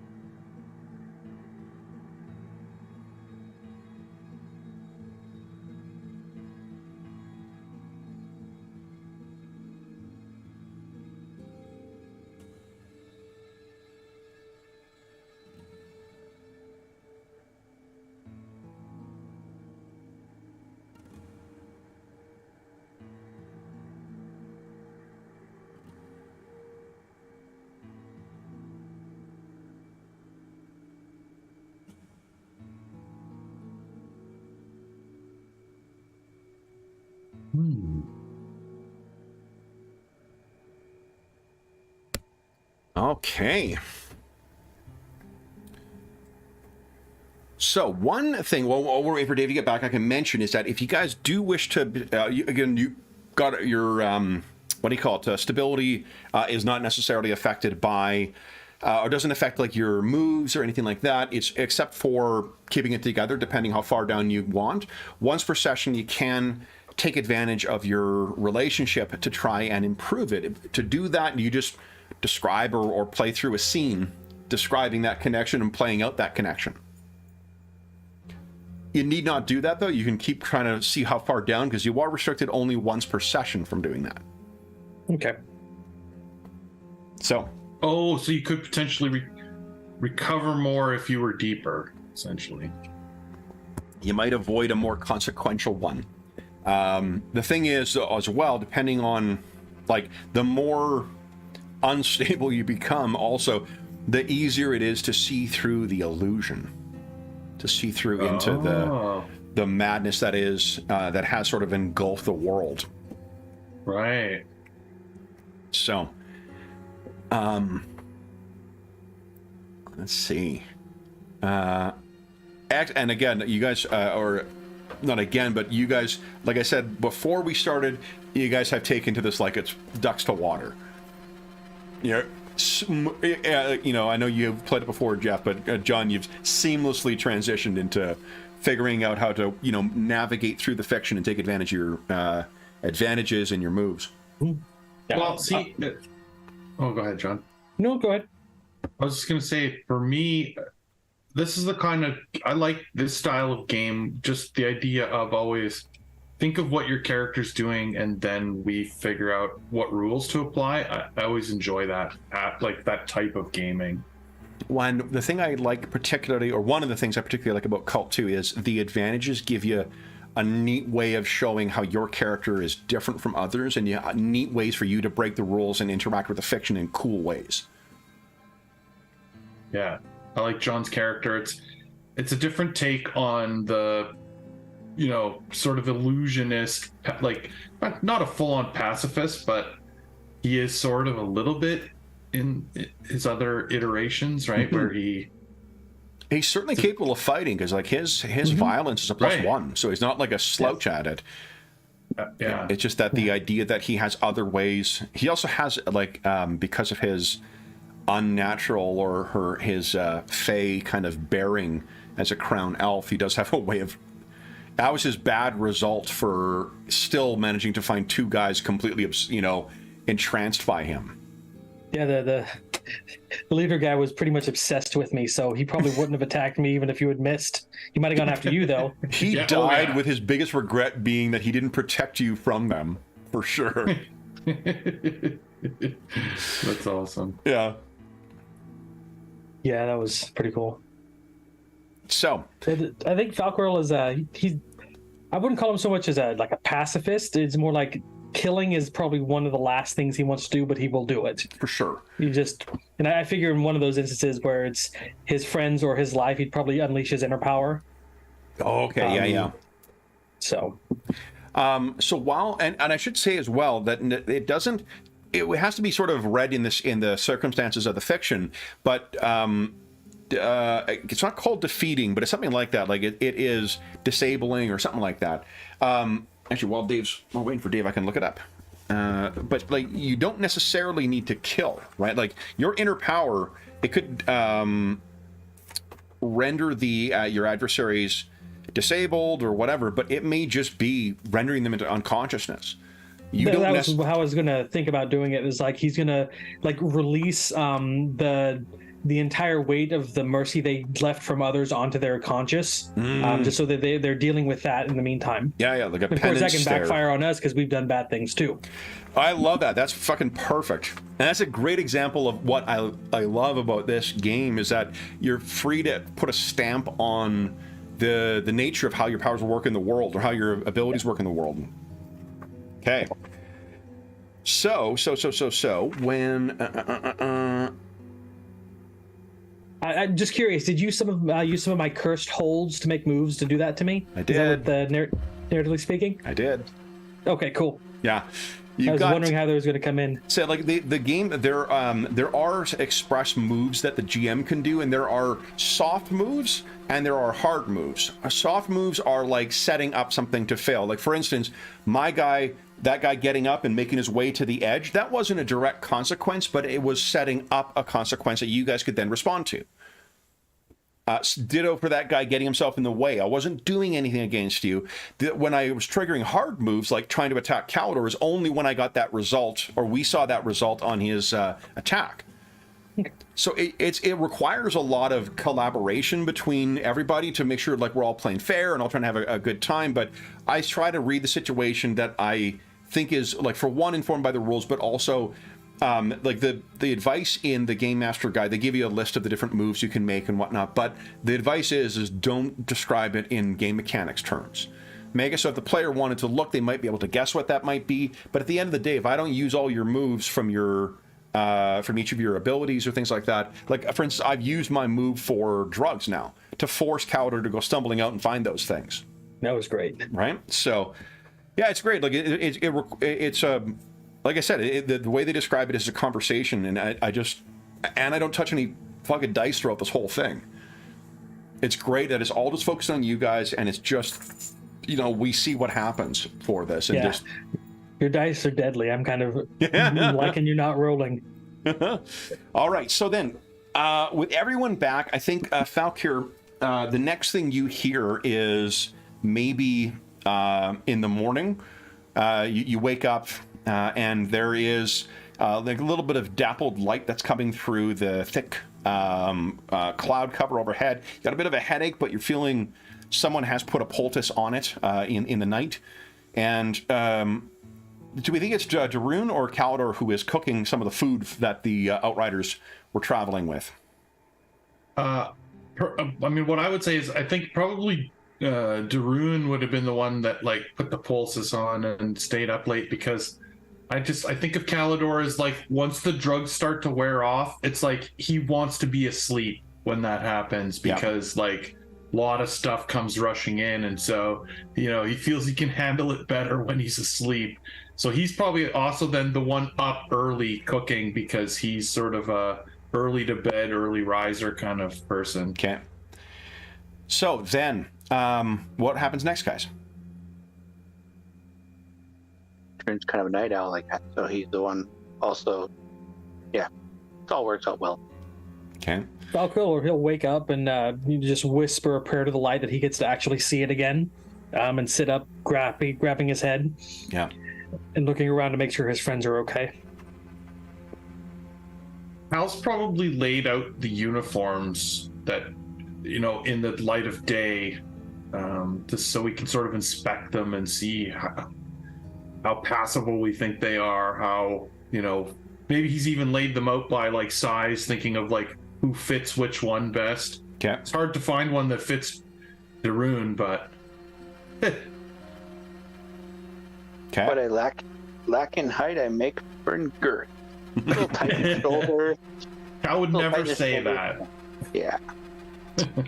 We mentioned before we went live that the dwarves in the Concordat are seen as the blessed and the most favored children of the Maker. And in the past few hundred years, that has meant that they have become effectively wards of the church under the Concordat, which is a kind way of saying indentured servitude or slavery. And so, how would that look for in these outfits? Like, would you see a dwarf? Yeah, you would. It would not. There would be dwarves who might serve still as outward, particularly in the frontier stewardship, because it's on the edge of like the people who you're getting to successfully live as outriders. To be honest, more often than not, will be traitors to their kind. So although all these people were humans that you took down, it's not unusual to have like that fanatical convert, that elf that apparently serves Archon Venturo, or the people who betrayed your clanhold. Might be the only other one left. You're the only one left from that one, but would it surprise you to learn that it was dwarves who worked in concert with the agents of the steward of Nordfast? No, not at all. Desperate times. We talked about this before, but like, while things are fraying and falling apart in the Concordat, things are not better to the north. Crops aren't yielding as much. The amount of livestock or wildlife and whatnot that you can hunt, fish and game are more difficult to come by. Birth rates are down. Things are hard all around. Have cognac? Would the Outriders have any kind of like orders with them or papers that we might need to look into? They may have some stuff, but it would probably be just notes of their ranging. Okay. That they would turn over. What is it you're looking for among them? Just a way of making sure that if we need to stick to their story, we have information to do so. Yeah, sure. We'll assume you have done that then. Somebody Falkir is looking through their notes to try and make sense of it. And I mean, it reads like a litany of horrors, right? And he's trying to prolong the time where he has to wear dead men's clothes too, so he's procrastinating. Yeah. Well, I guess the other question is, how are you guys thinking of disguising a crown elf among you? Rub some dirt on it, pretend to be a thorn elf. Oh. Ow. We could cut No your insult, hair. Calidor. We could cut your hair, Falcare. The crown of a crown elf is his hair. You shall not touch it. Maybe you could wear a hat over top of the crown. They won't That is know. acceptable. Really? Can I get Hats are okay. That guy who you, Caldalor was gacked while he was about to relieve himself. I think he had a really nice hat on. But, Okay. Anything else you guys wish to, or anything else going to happen in this scene before we cut to you guys riding up to Bend? Yeah. What do we do with 2 extra horses? There's 5 of them. There's 3 of us. I think Falco uses once per session ability to try to get rid of his get his stability back with Droon. You have to tell us how that happens in scene. Mm-hmm. Because he's also procrastinating about wearing the dead man's clothes again. So Yeah. he walks over to Droon and it claps him on his shoulder, kind of like gives him a friendly squeeze, and it says, "I noticed your breakdown after the fight. Do you want to talk about it?" No. Can we not talk about it? It's better to wear the wounds on the outside than the inside, my friend. I've got wounds on the outside. I don't need wounds on the inside. Are you sure? We're gonna do this every time I cry because it's only happened a few times, and I'm just one. It's the only way to cleanse the soul. Otherwise, the shadow grows stronger. Calcic is not the only way. He looks over at all of them. Yeah, do we need to talk about it, or can we just hey, it's done and we're good? Well, I have weights on my mind I would love to share, but as a mission of the light, it is a mercy to bear the weight of others as well. Now, here's something curious too. Falcon's woken up and he hasn't spoken about anything. But what you guys saw is he just froze in place. Those birds went nuts. You guys yelled for him to get out of the way, and he just wouldn't move. Yeah. None of you guys saw what Falcor saw, and he hasn't spoken of it yet. I guess I didn't really see what happened. Not the same way that Daroon did. No. I'll be right back. Druin leaves their little room and goes stomp down there. Because he gets 3 really big drinks and then brings them back. Downstairs, where are you guys going? You're in that you're still out at that campsite, aren't you? Oh, campsite. Oh, yeah, that's right. Never mind. Yeah. I thought we were going to some... If you're going to go to the town, we're going to have to, but I mean, you guys are in disguise trying to get into a town that is with a little extra security on account of a special guest. You haven't left the campsite yet. Falcor is talking about this. So you guys haven't, again, you're not sure what the hell happened with Falcor there, or with the birds for that matter. Yeah, I just do better with this when I've got a drink or something. So I'm just... I got something you can have. Cal, you got anything I can... Oh, never mind. I don't want your weed, your fruit, or whatever it is. Yeah. Might not be wise to sample his product. I don't think you should start on this. All right, Falcor, I'll play your game. Why don't you tell us what happened with the bird attack and you kind of paralyzed and why weren't you getting out of the way? I believe I had witnessed a vision, and I believe the birds were no danger to me. I think you witnessed a vision of your demise, friend. Well, thankfully to one of you, not sure which one, I ended up with a head wound instead. What was this vision? Now that you're out of trouble, or out of, you're out of that vision, you've gone up. One thing you have not realized, you actually got some information from your investigate, Falcor. Okay. The winding roots that you saw from that black tree going down into the scorched ground you just know at your core, the roots that came up and into those dead men were the roots of that oak of ashes. Well, he'll pause for that moment while he's recalling information. He says, I believe I saw maybe not the real, but more of the mental space of the source of what brought these men back from the dead, or put spirits in their bodies that should not be there. There's a charred hilltop, open plains around it, and a tree that was burnt enough that should be dead, but was not. Still had black leaves, but the leaves were the birds. And it called to me. When you know that, metaphysically speaking, Valkyr, the primal world is a separate thing, but a shadow and light can fall across it. There is definitely a shadow across that tree. And he says, I felt the deep shadow on that thing, and shadows call to light and flee from it. And I stood my ground, blazing, and it attacked. And because of you, I was able to withstand and have my flame continue to burn, though it was a close one. And yeah, he grabs Druin's shoulder and says, I'm glad to have such strong, if flawed, friends. Is it just me, Darun, or does nothing make sense when he talks? I think he was talking about, you were talking about like your otherworldly shadows though, right? You're not talking just like shadow.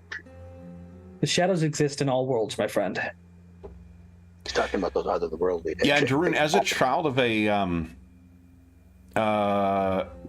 a religious family, you would know, like, the Maker, like I said earlier, the way sort of the beliefs in the church work, the Maker had lights who were in service to him, but those lights also cast shadows. Right. And the shadows he's talking about are effectively like big anathema to creation. So what he's talking about is something from kind of the deepest, pits of hell. Yeah.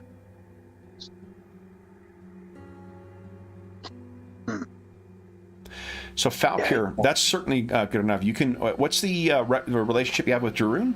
It's a 2. Because so he shares my conviction. Improve your. That's a good enough. Yeah, you guys can improve your stability by 2. And Dave, if Darun wants to activate his use of the relationship, he can improve his. I can't remember if it's 1 or 2 for him. You don't have to. You can choose to do that again. You just would need to have another scene of connecting the 2 characters. Well,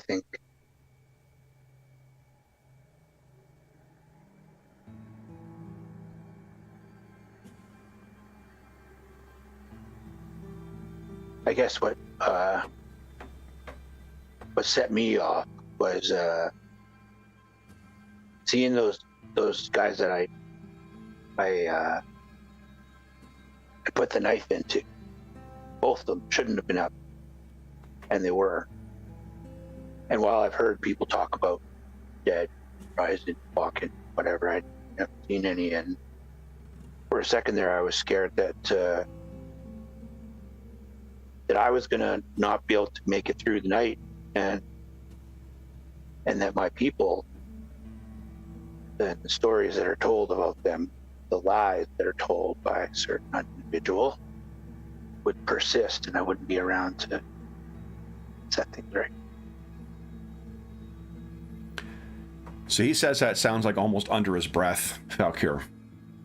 He's as exposed as he is willing to be.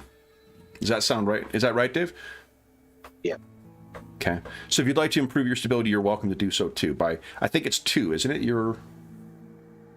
Yeah, it is 2. I think I'm only 1 down, but. Okay.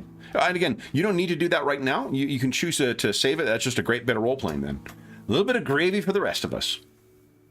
Yeah, I might save it actually. Okay. Condition that we picked up, does that disappear as well, or does that stick with us for the session? Condition is gone as well. Can I keep my condition? Yeah. So I think that the talking with Droon and letting out his fears kind of releases the guilt that was tied into him for killing these men, because now we found something darker that could only been revealed this way. Mm-hmm. So his conscience is soothed slightly. Yeah. Maker works in mysterious ways. He does. I know there are light and dark aspects to the Maker just because of his brightness, but whenever he warps through the shadow, I stumble because I cannot see how he works. See, Cal, we kill a bunch of dudes, and we did the Maker's work. Gargle just looks down and grimaces slightly. Sorry. So then, anything else you guys wish to do while at this way station, or the whatever you would call it? Can't an elf just eat breakfast in peace? You guys wonder why I carry this stuff around. Surprised you have an appetite. Heavy breakfast talk. Breakfast talk. Only if you're coming down from the leaf. You all right? It's not leaf, it's resin. It is the sorry, resin yeah. from some, what do you call it? That forms from the venom of some, like centipede-like insect or something like that. Oh, yeah. It was so easy to get as growing leaves. Valkyrie, because of his connection to Calidor, he kind of doesn't mention the drug use as like a benefit of, or just side effect of Calidor of saving his life. So he doesn't get involved with that unless it becomes an issue. Mm-hmm. So he kind of ignores the comment Droon makes towards Calidor. Like he doesn't hear it. Mm-hmm. Yeah. I'm not so worried about that. It's always a mild issue. So then, anything else that you guys would like to see in this scene or in this location before we transition over? How did the horses deal with all that? Are they doing okay? They were latched to the hitch post or hitching post, whatever the fuck it is. They weren't able to get away anyway. They were hitched. Yeah. So what do we do with the horses? Ride them, man. Right, but Get three the of us plan, go right? rolling in with 5 horses. They're going to start asking questions. Well, Or the other two. I mean, do you think that the task of the Outriders results in any casualties? Dangerous. Dangerous Yeah, we would have work. lost 2 of our own on mission. Maybe we should have kept some of those heads. Valkyrie just shakes his head. It adds, what's that B word? It adds some versamilla. Makes it real. Makes it seem real. I say we got get back to enough town heads with on the the extra. horses. Yeah. I say we sell the extra 2 horses and give it away. Spread some mercy around. Who are you going to sell them horses to? Yeah. Sure, somebody will buy a horse. See anyone around here? Then he kind of looks over and he kind of is like, it's almost his face is glowing a little bit from his bewitching thing and says, I'm sure I can find someone. All right. All right. So if you guys mount up, you do your best to try and disguise Valkyr as a thorn elf. We'll see how successful that is. He'll go to the point of like rubbing dirt into his hair and braiding it back and hiding it and try to turn down his, glow. Yep. You got to roll around in some leaves and mud, I think, too. Okay.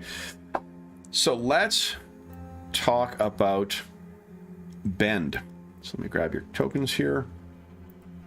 And we'll head on I'll over. suggest some soot from the fire on your hair.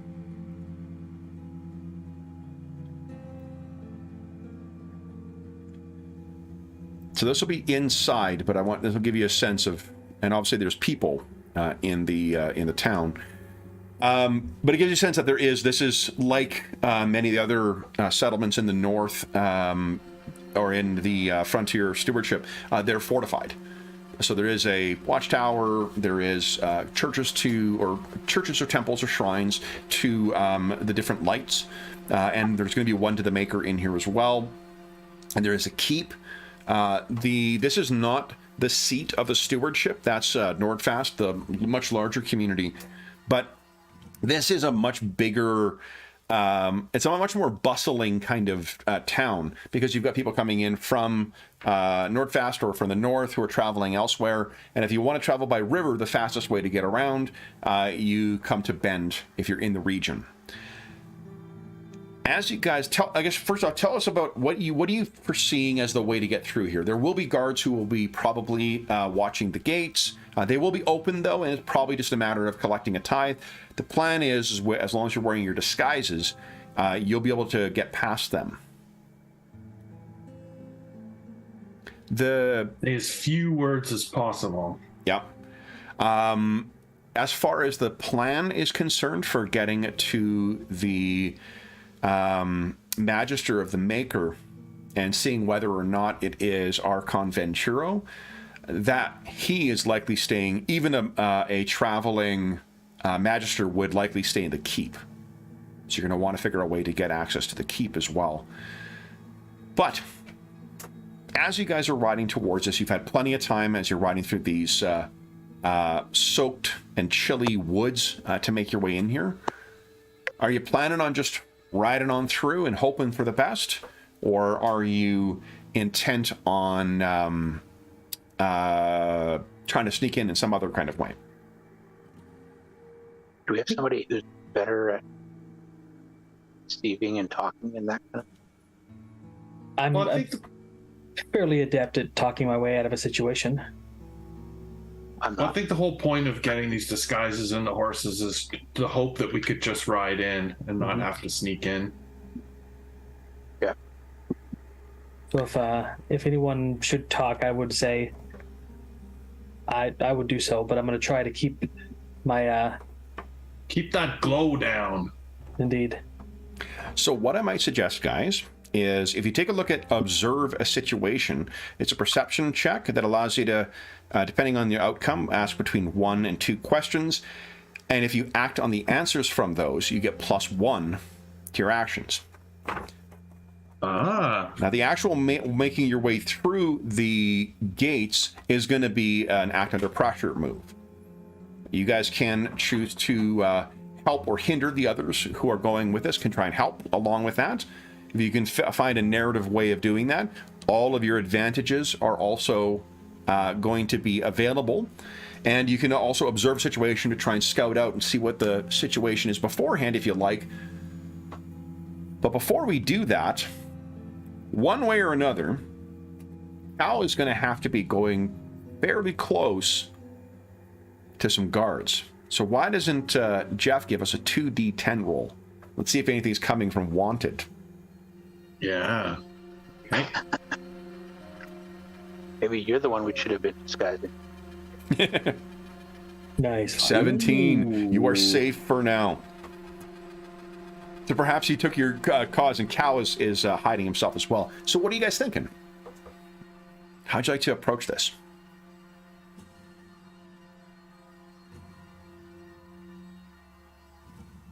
There's like other, we could look around and see if there's multiple points of entry to the area. Yeah. And maybe find one that has the least security. Like I said, you guys know Bend really well. You know people here as well.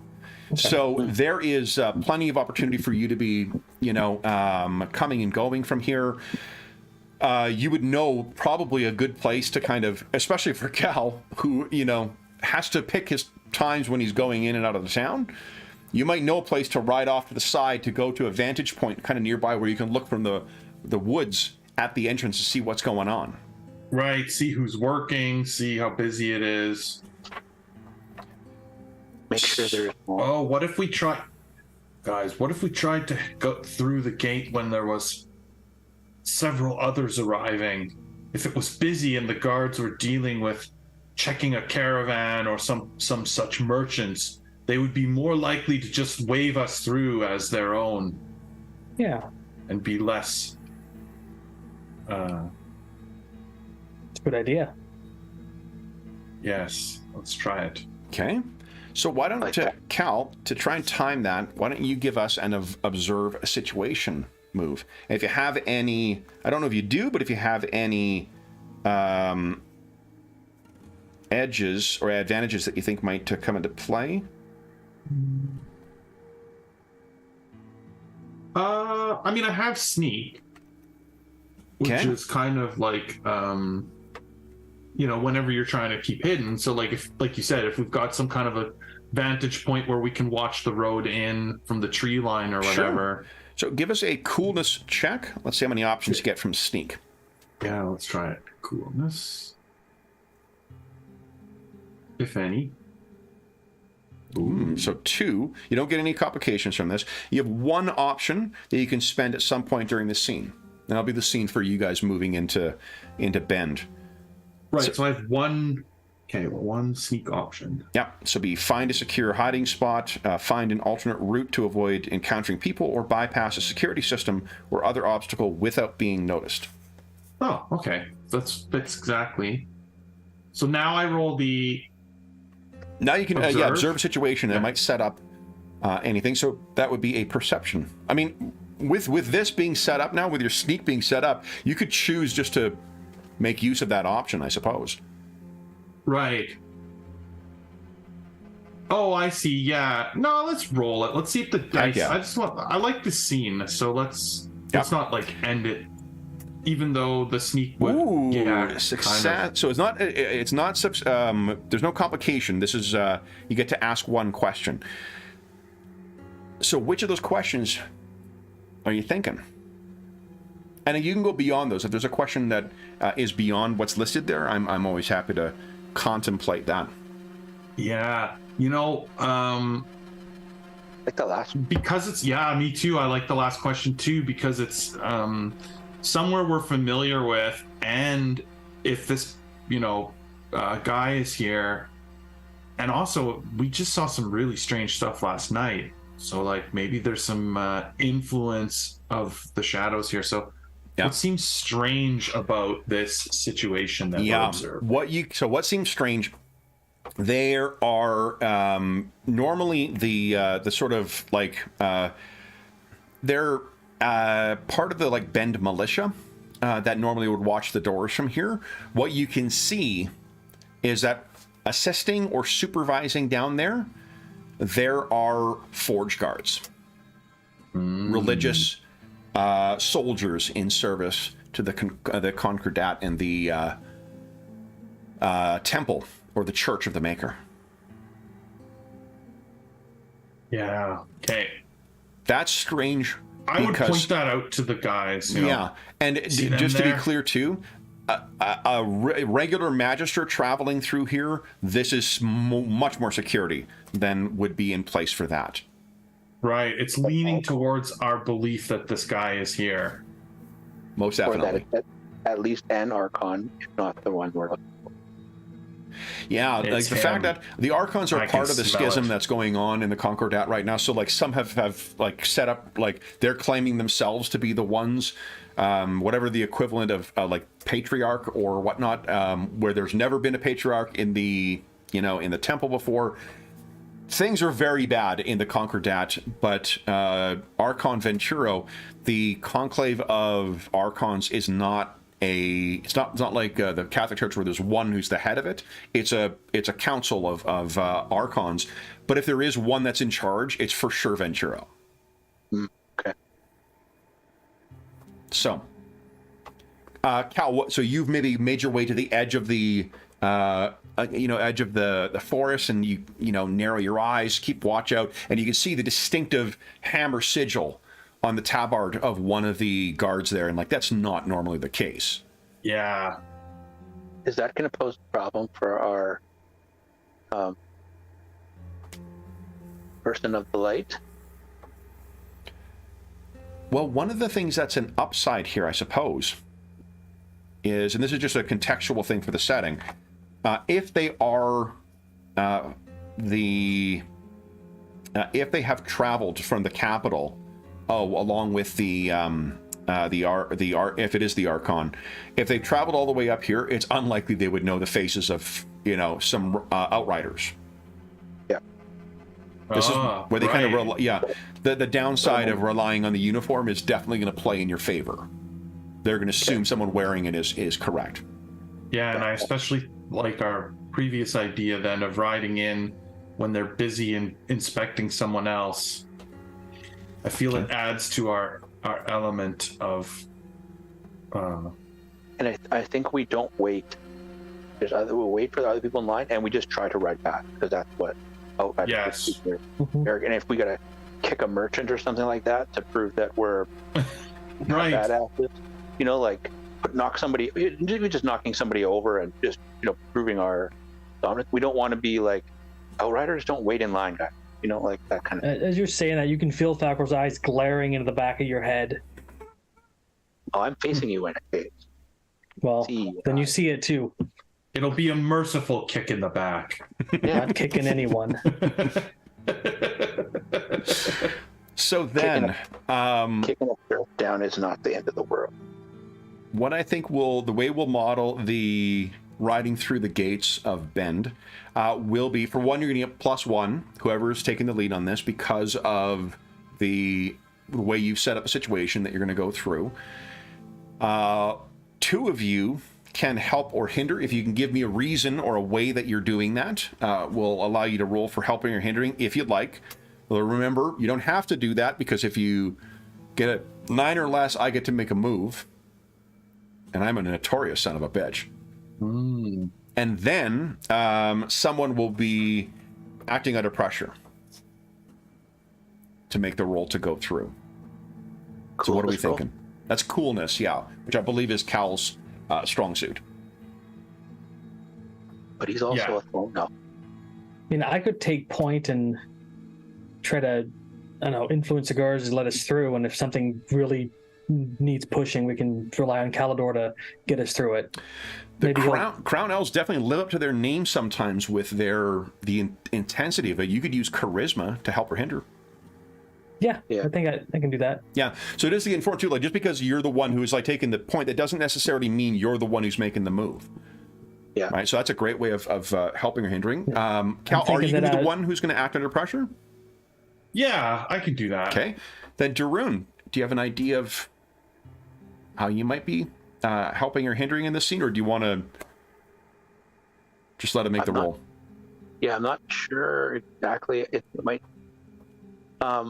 I might actually, I almost want to help hinder with violence, like I said, knock somebody over while we're gonna just be a jerk and kind of add to the whole bizarre. Oh, definitely. Yeah. No, that absolutely makes sense. So we maybe see you guys riding down. Let's see how these play out. So Daroon or Falcor will roll the help or hindering first. Who would like to make their move first? Let's say Daroon goes first, just kick somebody out of the way, and if I could just shout at him get out the way, Outriders coming through. Okay. Yeah. I'll do that.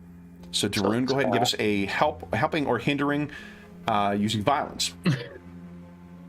Makes me think of a song I can't share right now. Look at that. So yeah, it's a very convincing kick. It's actually probably too convincing, and Daroon's I'm going to hear about this later. Gonna hear about it now. Yeah, it hits this guy. It just sprawls to the ground, knocking over someone else too. So it is absolutely convincing. So far, Cal's got +3 to his actions. Falcor, I think there's a twinge of what hits you, and I'm actually going to interrupt and make a move here. Go ahead. Because as you look back, I think you can't help but look back, and as this person looks up and sees you, there is a face looking back at you that looks almost identical to the one you see in the mirror. But in place of your golden locks, there is jet black hair. And in place of your blue little motes, there are dead white lights shining from it. This man who's knocked over looks up at you, locks eyes, pale, blue veins beginning to form around his eyes. I'd like you to give us a keep it together, please. This is great. I love it. He kind of. Oh, look at that, Falcriel. Yeah. So again, this is something is amiss here. And you sort of shake your head, and then it's just some human who's been kicked over, who's kind of and helping. They're helping to get up. You turn back, Falcriel. Something is definitely amiss in the Frontier Stewardship. If you're going to help or hinder, why don't you give us a charisma-based one? Okay, I'll go ahead and there goes. Nice. Okay, so +1. That is a net +4 so far, Kaldor. Wow. So, as you come riding up towards her, Falkyr cries out. Kaldor, you're the one who is, I guess, kind of keeping an eye out to make sure nothing goes awry here. Why don't you give us a act under pressure at +4? Remember, don't put the plus sign in. Oh, right. Just put the 4. I see what you're saying. Yeah. Okay. Act under pressure. The modifier 4. Let's see how it goes. Oh!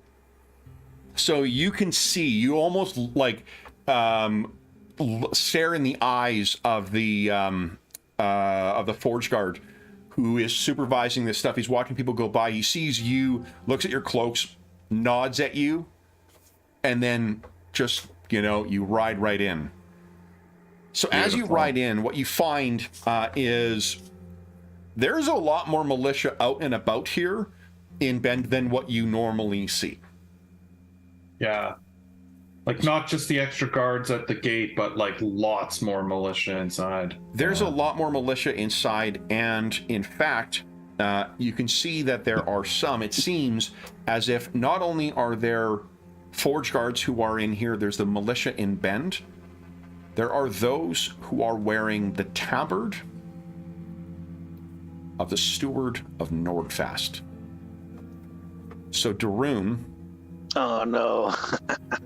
Would you give us a 2d10 roll, please? These are the lackeys of the man responsible for annihilating your people. What's his one? What's his thing Oath called? of Revenge. Bite your tongue, Droon. Bite your tongue.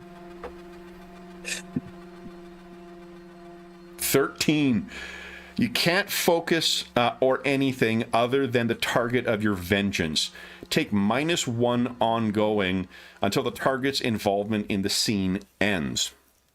So what you can see is as you guys are riding in, and you're sort of directed over towards where all of the stable masters are there. There is someone who is one of the chevalier in service to the Steward of Nordfast. I think his name is, let's call him Neil. Hold on, let's do something different. What are we going to call him? I got a list. Oh, Neil.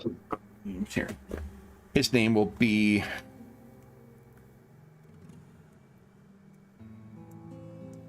here we go.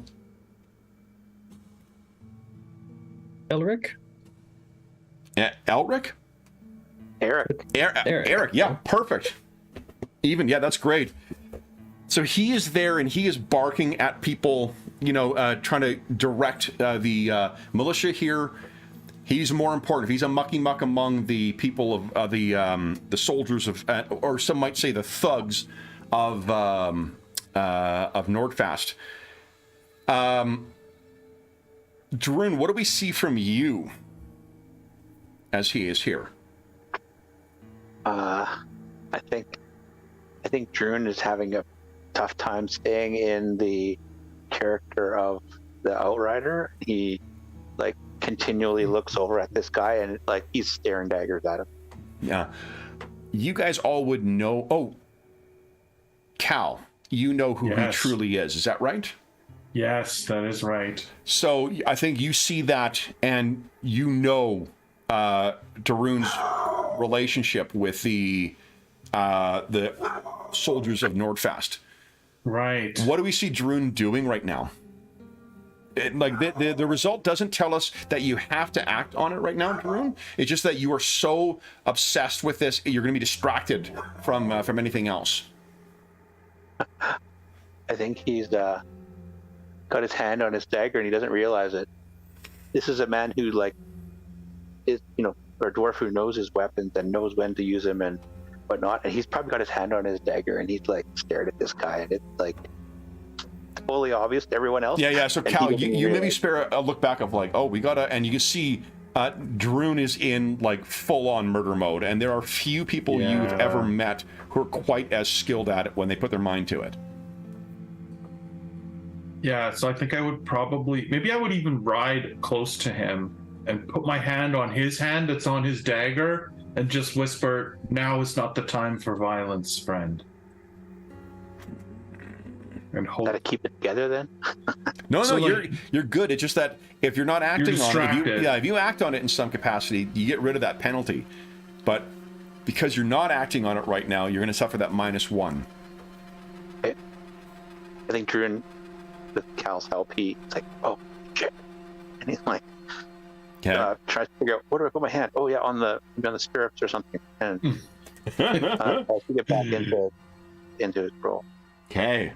So one of the other things, actually his enemy or his nemesis or whatever, Cal wouldn't even try to stop him from acting. Not his nemesis, but he's got it. Yeah. No, it's one of his soldiers. So it's I think it's for the way he said that his nemesis is the other claimant to the last dwarf of his clan. Yeah, exactly. That's what I mean. If it was him, I would let him all right, now is the time for violence. Yeah. But see, because his nemesis is the one saying that Droon is what responsible for it, right? He right helped his oath for rent, who that person is, or the lord or the steward. The steward is the one who's responsible for it, most definitely. But then your nemesis, it sounds like, has been, from what you've said, is the one who. They're saying you betrayed your people. Yeah, I threw in with the steward, which is completely preposterous, but... Yeah. All right. So, as you guys are riding in, we'll figure out what is going on with your horses in a second, but I want to talk about the other people you know in town. So, one of the things you do when you make a character in Kult is you also create relationships with NPCs. I didn't do that for you because I was more interested in seeing what you guys were going to do. Would you each give us a D21 roll, please? I'm going to give you a personality type, and you're going to tell us who your contact is in town with that personality type. Oh, okay. Cool. Okay. D21? Okay. Yeah, D21. I'm hoping you guys won't roll the same number here. Not yet. Let's see. Perfect. Okay. Nope. So, Droon, who do you know in town who is a believer? I'll go through and give each of them to you so you have time to think about it. A believer, devout and faithful believers are driven by their personal convictions in something. This can be cultural, ideological, religious, or sociological. Their philosophy is thoroughly ingrained, dominating much of their personal life. It provides them meaning and solace, as well as defining their morality. So that's what a believer is. John, you rolled next. Falkir. Oh, a shadow. A shadow, similar to the misanthrope, the shadow has become embittered and resentful. However, they've turned this antipathy inward, embracing self-loathing and self-destructive behaviors. These feelings of disgust and hostility may stem from personal guilt, from shame or low self-esteem, twisting their beliefs with anxieties and doubts. Shadows wallow in the negative aspects of their personalities, lending power to their worst impulses and thoughts. They may push back against these destructive thoughts momentarily, but eventually fall back into their defeatist patterns at the slightest personal trouble. How perfect is that? Okay, so that's what you're thinking of. And then Cal, a lover. Passionate and romantic, the lover yearns to share an intimate relationship with another person or persons. However, unlike the nurturing caregiver or caretaker, the lover's affections are not one-sided, as they wish for their feelings to be reciprocated. They long for idealized partnerships, unrestrained passions, and shared pleasures. However, for many lovers, the chase itself is what provides them joy and satisfaction, confusing their intense desires for complex love. Their affections may blind them to betrayals and pain, and they may be desperate to fix their partner. They may grow bored once the heady passion ebbs. Lust may twist them, igniting possessiveness and jealousy. So turning back to Darun, who's the believer that Darun knows in town?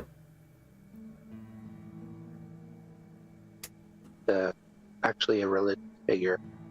Somebody who works with somebody from the light, and from the light of mercy. Light of the mercy, and it's probably someone who introduced him to Valkyr.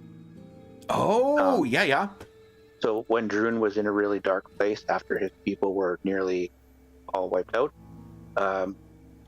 he was taken in by a woman who helped him get himself back together, but she was not fully able to keep him from treading down a dark path, and so she introduced him to Valkyr to try and get Darun to keep progressing, because she was no longer able to affect him.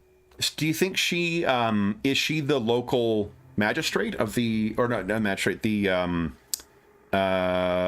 magister? I think she works at the Temple there would be a Combat. shrine to the Light of Mercy here.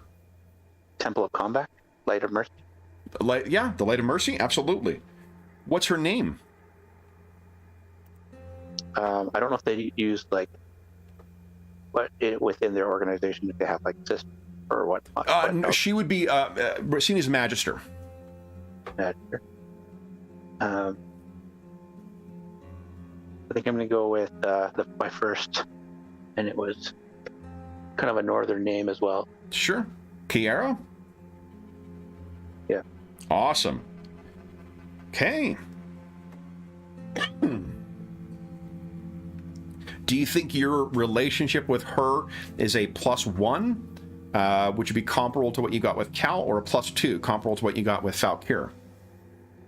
I think it's a +1. +1? Yeah. So you can add to your character sheet on the bottom of, I believe, the first page, there is, maybe it's second page? I can't remember which one. There is a list of relationships.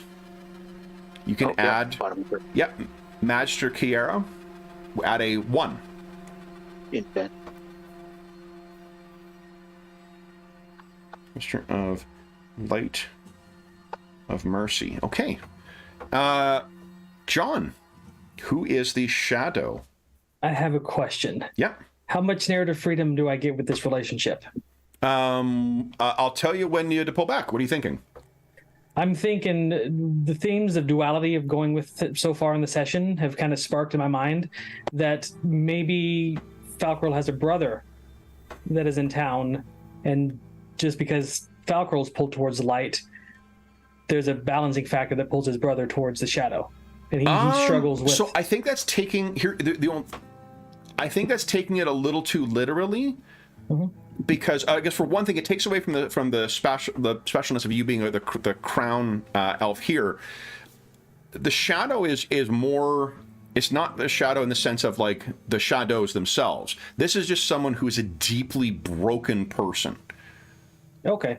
Yeah. Okay, that changes that. Maybe he knows. What's the meat of the relationship you were thinking, though?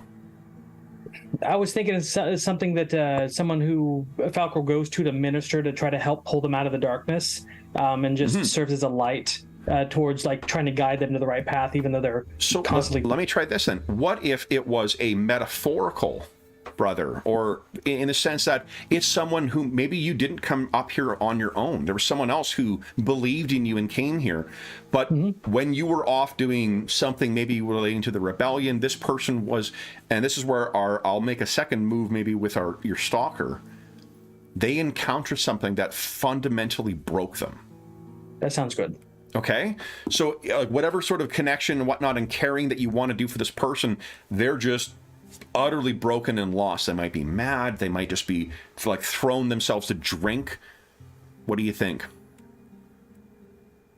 Or to addiction, like Cal. They could, be hooked on the exact same thing that Cal is.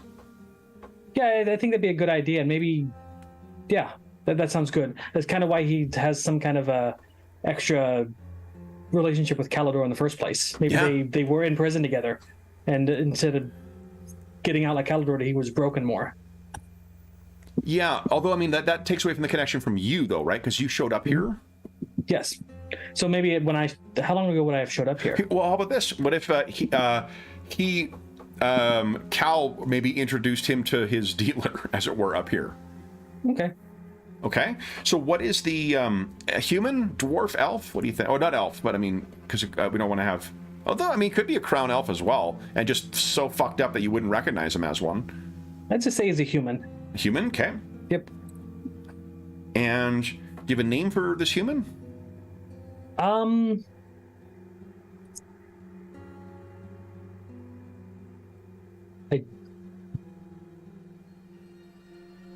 don't want to say something too close. I was going to go Hawk if it was his brother, but call him Havoc. Okay. Could be a street name or something. Okay. And I'd say we make it a +2. Maybe it's so it's a strong. It's a strong connection. Okay. The downside to the strong connections is when someone, if they are affected in some negative way, the strength of the connection tells us how much stability you lose. For sure. So that's awesome. Where I guess first off, do Darun and Calidor know that you have this? Was he a priest or was he a temple or a forge guard? I think he would have been a guard of some sort. He just believed enough in Falkril to follow him. But Falkril tries not to let his personal life be known as far as that goes with his friends. Ooh, okay. Because of one of his disadvantages. The more people that knows how to find him, the worse it can be for him. Okay, I love that. So there's another reason why Falkril wanted to come here. That's cool. That's great. Okay, then for Cal, who's the lover? Yeah, so what I was imagining is in the city here, there is some kind of a herbalist or a medicine, like a lady who makes potion, the equivalent potions or whatever, apothecary. And she's like a deeply caring person, and she knows about the addiction that some of us have come out of this prison with, and so she makes the drug that we need to sort of help us. Like, it's not that she thinks we should have it. So, and they've kind of fallen in love, but it always kind of, it's very flirtatious, but it's also like she wants him to get off the drug, right? Like maybe there'd be a relationship if he wasn't sort of if he could break this habit. But, their interactions always end with him sort of choosing the drug and buying it, getting it from her instead of sort of staying with her and starting a life with her. So there's sort of always this Do you think there maybe has been a point where it has been consummated and then you left it aside, but then the morning came and you were gone and so was the drugs? Absolutely. That's probably happened maybe a couple times, not enough that it's made it to the point where she's hates him or whatever, but okay. I think it's is she human, elf, half elf, dwarf? I think she's a half elf. Half elf, okay. I'm gonna assume half thorn elf, because that's half thorn elf, and maybe one of her parents was her father was also in the prison or something. That's how she came to know about this problem. And well, I mean, the thorn elves are scapegoated very easily. You know, if we Right. need someone to blame for something that's happened, I'll grab 10 thorn elves and say that they did it. Right. So, Yeah. okay. Do you have a name for her? No. See. Oops.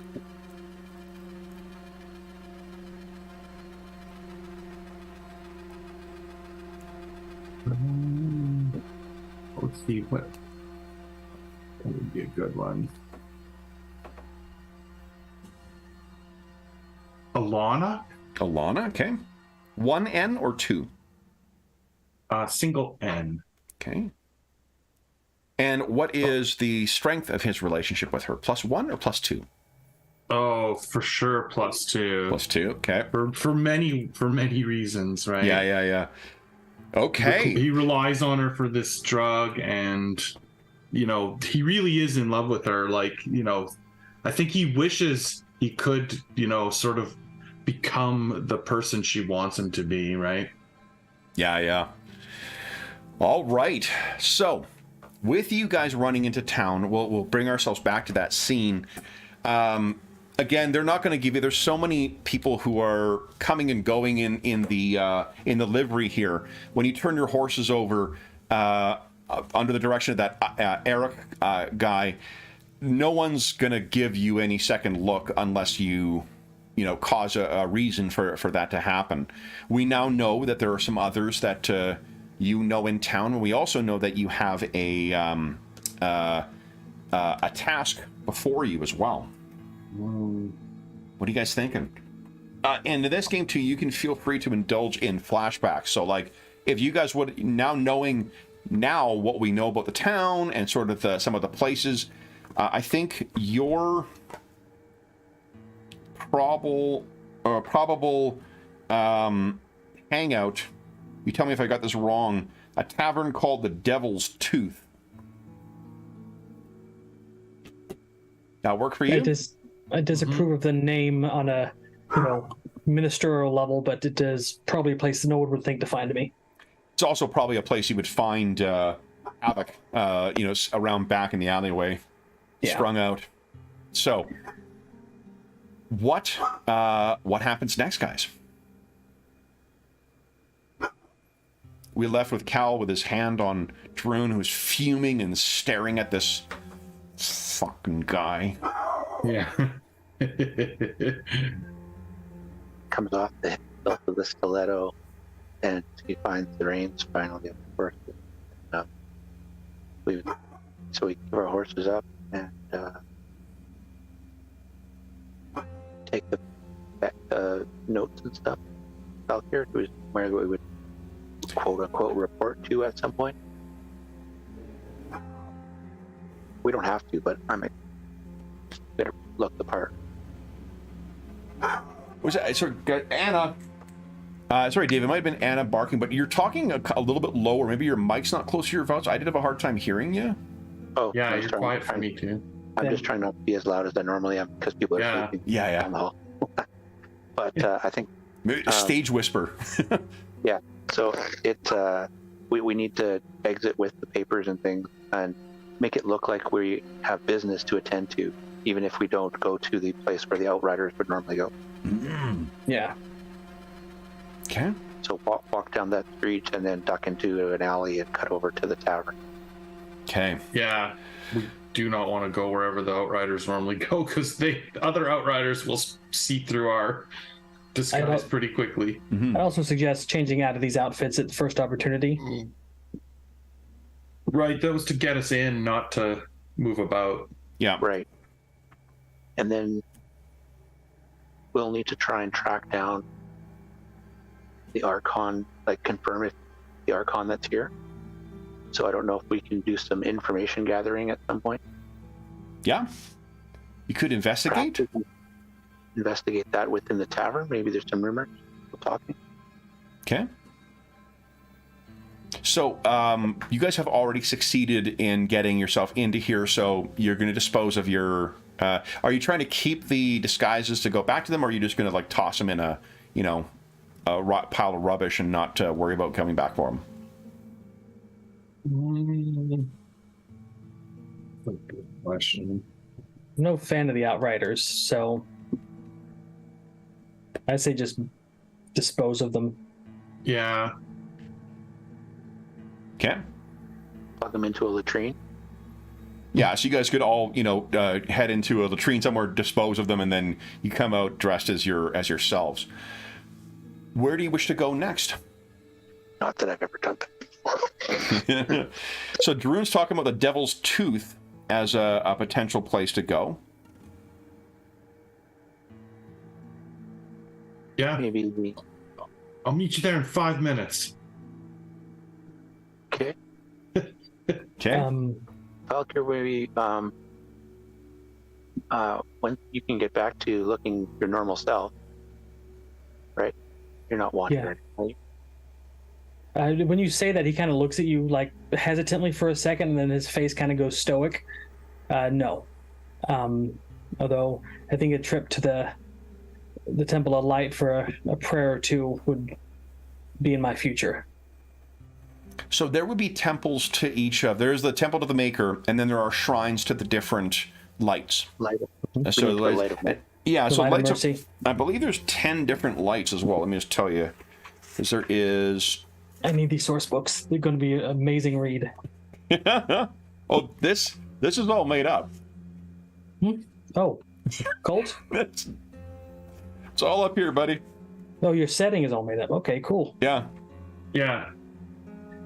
So there is. Let's see here. That's the one. There's the light of hierarchy, so the light of order, the light of submission, the light of community, the light of charity, the light of law, the light of allure, and the light of victory. Oh, and the light of honor. And there are corresponding shadows to each of those. So, what? So, Falkir, you're going to head to the Shrine of the Light of Mercy? Light of Mercy. Okay. Yeah. And then, Cal, I take it you're heading to an apothecary shop? Yeah, but not just to say hi. I just feel compelled to, pop in. Yeah. Upon arrival. It's not for extended visit or anything. Just to. Okay. And then, Daroon, you're heading to the Devil's Tooth? No, I think I'm going to go to the Light of Mercy as well. Oh, okay. So you and Falkir head off. You I think probably both know precisely where Cal's headed. So the two of you head off there. We both know also that Cal's going to be more than 5. Yeah. So Cal, tell us what does Alana look like?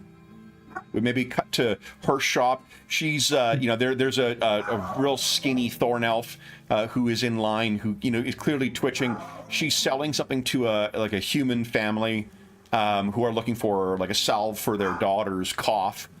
She sells that to them, and then the scrawny elf kind of twitches forward. She goes underneath the counter. She waits for the other person to leave, and then hands something off to that scrawny elf. He turns and kind of not being able to make her her eye contact, turns and moves out. And as you're coming in, he bumps into you because like he's rushing to get to this stuff. Yeah. So I sort of brush past him, and there is Alana. I think that she's like, how elves are so traditionally live. I think like as a half elf, she's got much fuller figure, more chubby in the right places kind of thing. Like she's got some form to her as opposed to what the elves are traditionally like. And just like an extremely friendly face, bright eyes, a big smile, dark hair. How does she meet you? How does she greet you? I think it's like sort of Cal takes some liberties in the place, he goes behind the counter kind of thing where like a customer should never go. Yeah. And probably like gives her a hug from behind, and she probably like turns and gives him a a peck on the cheek or something, and then goes back to serving the customers and kind of shoos him away or whatever, right? Like, I'm busy, like Yeah. that kind of thing. And so then he's got like a stool or something behind the counter in the corner that he sort of sits in and waits for her to have a moment to come and speak with him. And I think he probably, tell me if I got this wrong, he might actually fall asleep. Yeah, probably. He is quite dozy, and so yeah, depending on how long it takes her to get over there. Yeah. So as you, I think what makes you come to is the smell of hot food. And she has set something out for you. Oh, wonderful. Oh, how long was I asleep? I was only supposed to be here a moment. Is this coming in and leaving, or? Well, do you remember Valkyr and Darun? Yes. Well, I mean, as much as three of our nature who have sort of aligned our goals could say, we're on a bit of a mission here in town today. Her eyebrows kind of go up. Would you give us a, I think we'll treat this as investigate. Okay. Would you give us so that's a reason. Observe? Oh, reason. Okay. Yeah. Oh, right. Investigate. Yeah. Oh. Okay. So, what she says, is this because of the visitor we have from south? You see through us as if we were. I wish to know why the Magister. What Magister would possibly. How important are they to have so many in here? Possibly the most important. That's why we're willing to take the Her risks. eyes get kind of big, and before she has an opportunity to say something else, you hear like the sound of someone kicking the door open. You're in the back, so you don't hear it. I don't hear. You don't see it, at least, they don't see you. And what you can hear is the sound of at least 3 figures stomping in. In the name of the steward, all turn yourself in. She looks at you and knows kind of you well enough to be like, stay here. As she turns and heads out. And is there any other way out of the building, or is it just the definitely front door? Yeah. Yeah, okay. yeah. She's a drug dealer, so yeah, she has another way out. I don't even. Yeah, I'll eavesdrop for a moment, but his instinct is to like flee out the back way or whatever. But he sort of can't resist to like make sure she's okay first, right? Yeah. So you eavesdrop at the corner. Or something, why don't you give us an act under pressure? Move here. Let's see how this plays out. Now, again, you have access to all of your advantages. I can use my things, right? Yeah. Yes, absolutely. Okay. Let's. Sorry, I'm just gonna look real quick. I think I want to use my sneak. Okay. Yeah. They both. Yeah. I mean, sneak works great for both hiding here, excuse me, and for getting away. So that is coolness.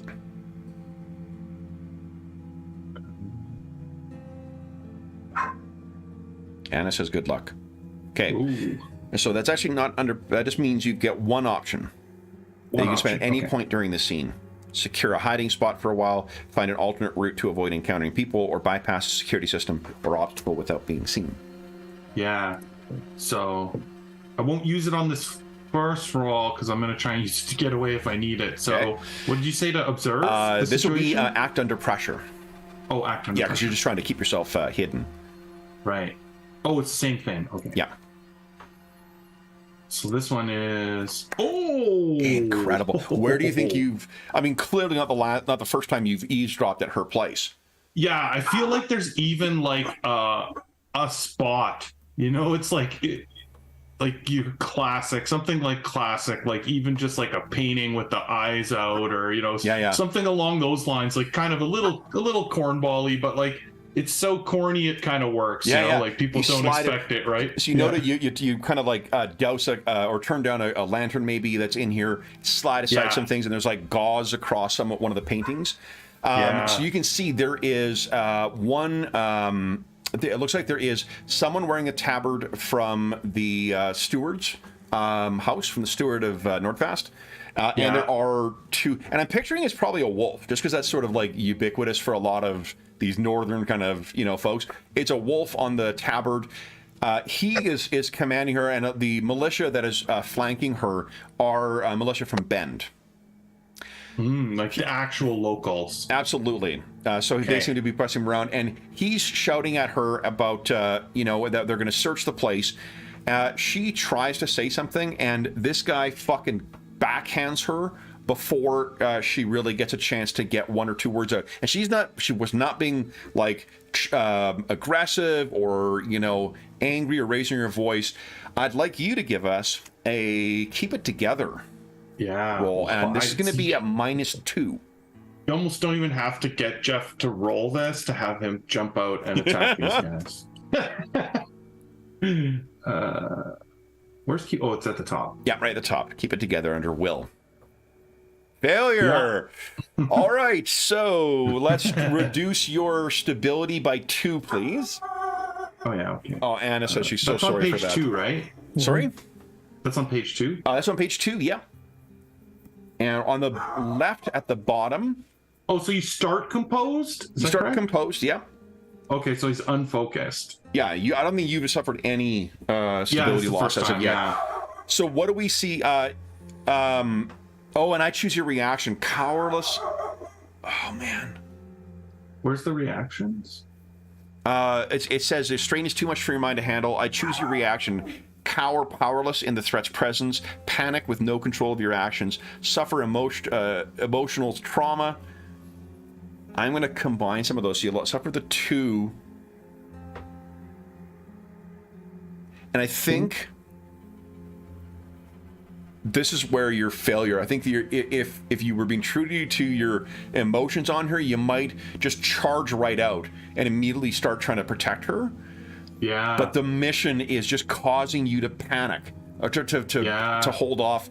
And you're just, you can feel your self-loathing just getting higher and higher as I was going to say, like, I think that's exactly right. I think the panic sets in and he's going to flee.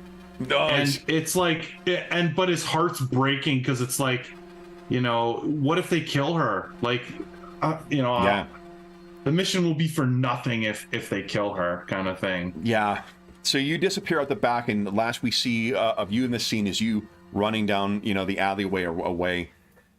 Darun and Falkir, we'll cut to you guys arriving at the Shrine of the Light of Mercy.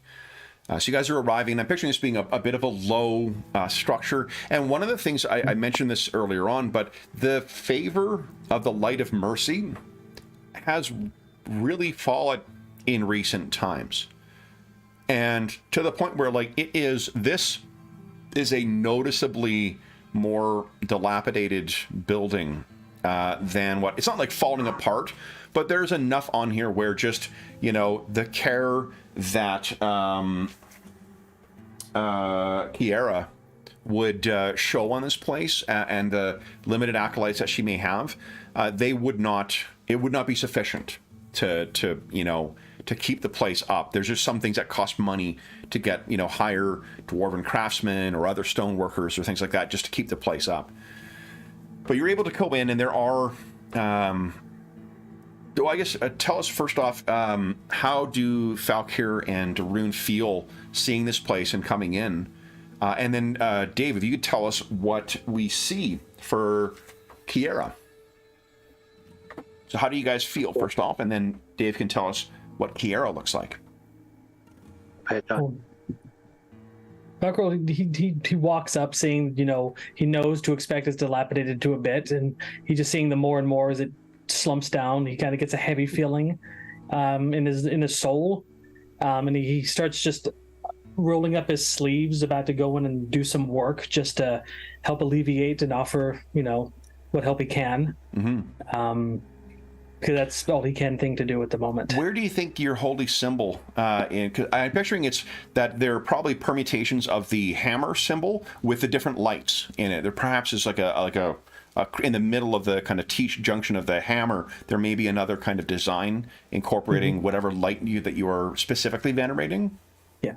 Unless he's disguising himself, he makes no attempt to hide his holy symbol. It's prominently on his chest. Okay. He doesn't take chance to cover his face either. He, unless he is trying to hide, he just wears it. Okay. To be a beacon. Darun, how does he feel returning here? I think Drune's trying not to feel shame right now, because this was a place of recovery almost, and healing, and then he resorted to what he's good at, or if he's being truthful to himself, he resorts to punishing himself by inflicting violence. So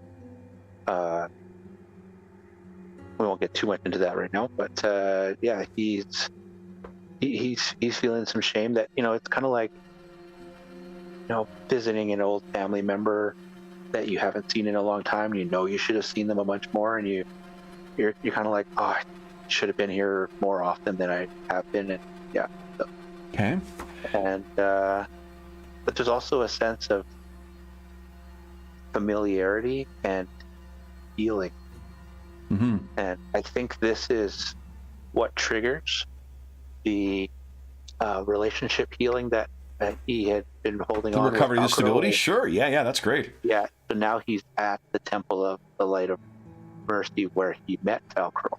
Okay. And, so the two of you walk in. Dave, tell us what do we see with Magister Kiera? She's a middle-aged woman who is kind of got reddish blonde, like almost like a strawberry blonde hair. Very nondescript. If you walk by her in the market, you might look and double take, but you wouldn't be like gawking at her. Mm-hmm. But she just has a way with people, and you can see it in her face and in their faces when she talks to them. She says something to an acolyte, and it's not respect or fear, it's just like getting guidance from mother or grandparent. Mm-hmm. Just like everybody just kind of melts into her aura, and yeah, it's kind of amazing to watch. And I think maybe Drune gets a little in the first minute he sees her, he kind of feels like he just wants to run up and start talking to her, and he realizes, oh hell, I haven't been back here. I probably got some work to do before I can just go up and talk to her. Okay. So you see this, and I'm sorry, how old is she? This is in Middle Ages, so for a fantasy setting, probably in her 30s. Okay. We'll call it 40s. Yeah. So then which means you're much older than her. That's partly because you're a dwarf. But yeah, what do we see on her face when she sees you? I think she's the type of person who doesn't give up hope, and she kind of sees Drune. She maybe smiles and shakes her head, but then it becomes like a, this kind of glowing warmth of hey, come on, you're home now kind of thing. Yeah. So she comes over. Is she a hugger? Totally. Okay. So Drune is embracing a hug, which he probably doesn't really like many other people doing. But Falcro, you see his stocky hands kind of, go around her. And then, so you guys can, right? You guys can take, you can share contacts, certainly, or relationships. There are, I can't remember how rules is written, but what I tell you is at the end of each session, you also get a chance to modify a relationship by one, to move it up or move it down, depending on what's happened in the scene, or develop a new one. Mm-hmm. So, she turns to you and Falcaro. I'm glad to see that neither of you are lost. Are you in town for long?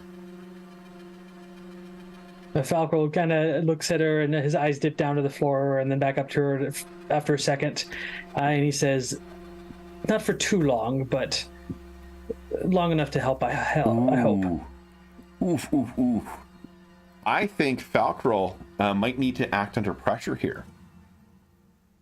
Oh, man, because I bet he does not feel good about lying to her about potentially murdering a church member, eh? It's one of the, yeah. That I was actually going to push for that. Yeah. Let's see what happens I was hinting here. towards her with the facial expressions. Yeah. Oh! All right. So she, this is very unlike, at least in her mind, very unlike you. She stops and says, what is wrong?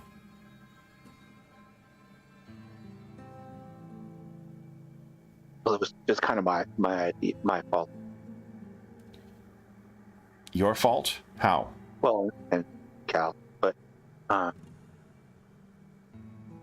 we're trying to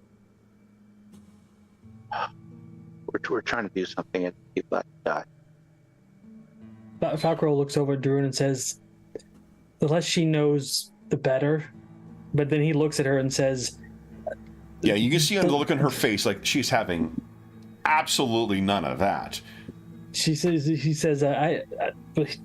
to her that I fear that I will have a heavy burden to lay at the feet of the light of mercy. She looks at the two of you. Dave, am I right in thinking that she would be very concerned by this? Like, this is... And she says... Yeah, I think, she was trying to get Druin to another path, one that didn't include violence, and he walked away at one point, and it wasn't for a path of violence, but he ended up back in that afterwards. So, okay. Yeah, she's probably really disappointed that he regressed, essentially. She says, well, and also, I mean, like, some might say, like, you were supposed to improve him, not make him worse. When you... So she maybe, like, spares a quick look, around and around the small shrine, and says, we will talk in back. Come. And once you guys are back there, she closes the door, and she looks at Falkrel, who... Am I right in thinking Falkrel can't make her eye contact at this point? I think he would be heavily avoiding it, yes. Okay.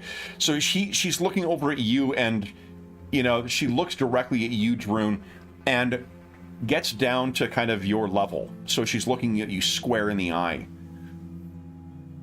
She says, what is going on? And I think I'd like you to give us a keep it together roll at -2, I guess. You said she's a 2, or she a 1? Oh yeah, she's a 2. So -2.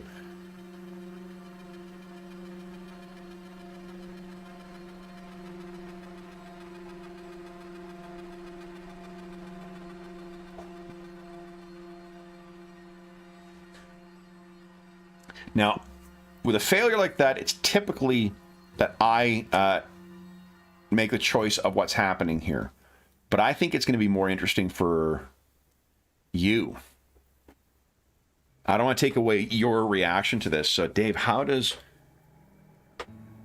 this, I guess, first off, how does Druin respond? And what do you think the impact is on him?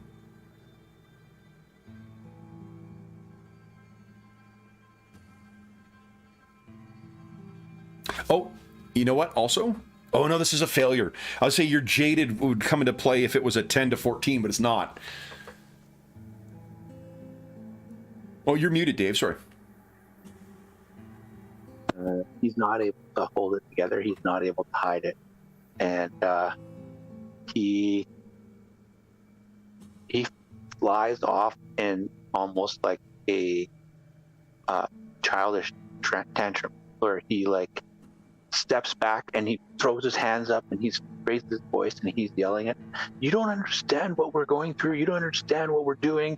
And even if you did understand, even if you did know, you wouldn't even be able to understand." And he's not making as much sense as he probably is. He's almost like reverting back to the Druin that was when she found him, and his ability to stay cool, his ability to keep his composure has just completely evaporated. Yeah. So why don't you reduce your stability by 2 here to reflect sort of the raging.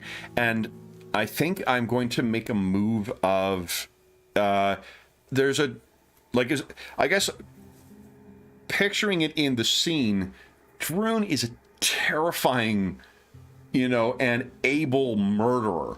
So for him to be screaming at her like this has got to be just for an outside observer. How is Falcriel reacting right now? I'm gonna have to activate one of his dramatic hooks, just because he's seeing Druin fly off the handle. I'm gonna confront him in front of her because I see her as being potentially in danger. So he's just gonna step right in front of Druin and just glare at him. And try to influence this dwarf to back down and be quiet. He's trying to. He's sure. So what's going to be is influence another when you're targeting another PC. So give us a. I think I should take a -2 because of Druin's relation to me. Yeah, I'd buy that. Absolutely. Yeah. So he's gonna be loath to do this. Yeah. I don't like exerting my abilities on my friends. So should I just do bewitching, which is automatically charisma roll? Are you doing bewitching or are you doing influence other? I'll do influence other. It's the same roll. Because that's technically when you're doing the PC, that's what you would. Although what you could do is you could use bewitching and then treat your influence other as if it's a 15, which would be that. No, he's too loath to use that ability on his friend. Oh, okay. Let the dice. He's just going to try and use the charisma. Okay, go right ahead. So, but your ability comes from the light. 12. Okay, so you get to choose one of the following. The character is motivated to do what you ask and receives a +1 on their next roll if they do, or they're worried of the consequences if they don't do what you ask, and they gain -1 stability if they don't do what you're asking. So what I could see is if you wanted him to try and get his shit together, not to make it a keep it together once again, because we've already done that. It could be an act under pressure of just trying to restrain yourself. Yeah, I think I'll do the motivated to get his stuff together. Okay, so what does Falcriel say to Druin to try and it's clear he's not drawing on his his other natural kind of qualities as a crown elf. So he's going to step in. He's just going to lean into his prophet or missionary thing, but he's going to say, "Don't let the darkness of the last night drown out your light, Druin. Come back. Get yourself together." So Druin, if you could give us an act under pressure at +1, or don't put the plus in. See if you can get your shit together here. Oh, you know what? And I'll also give you can gain the benefit of because Falcriel took the -2 to his roll, you can get +2 to yours. So it'll be a net +3. That works out well. What do we see, Dave?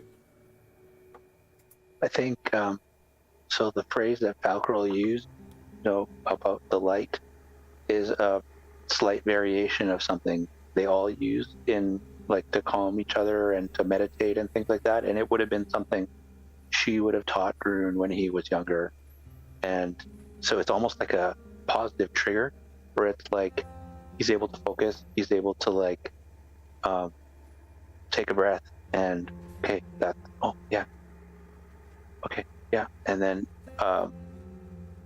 and I think what he does is he nods, he looks over at her and he lowers his head, and then he goes and walks and just leans on the wall and he's gonna like just spend some time breathing. Okay. So he can talk. So she turns back to you, Falcro, and it says, "What is going on here?" And that's when you hear kind of the sound of footsteps running up to the door. The door is thrown open. Cal runs back here, closes the door behind him. She looks over at him and says, "Oh no." Oh, yes. I'm sorry. And that's, Seeing guys, I think, where we bring our session to a close. So, first things first, I'm going to go through the questions we ask at the end of each session of Kult.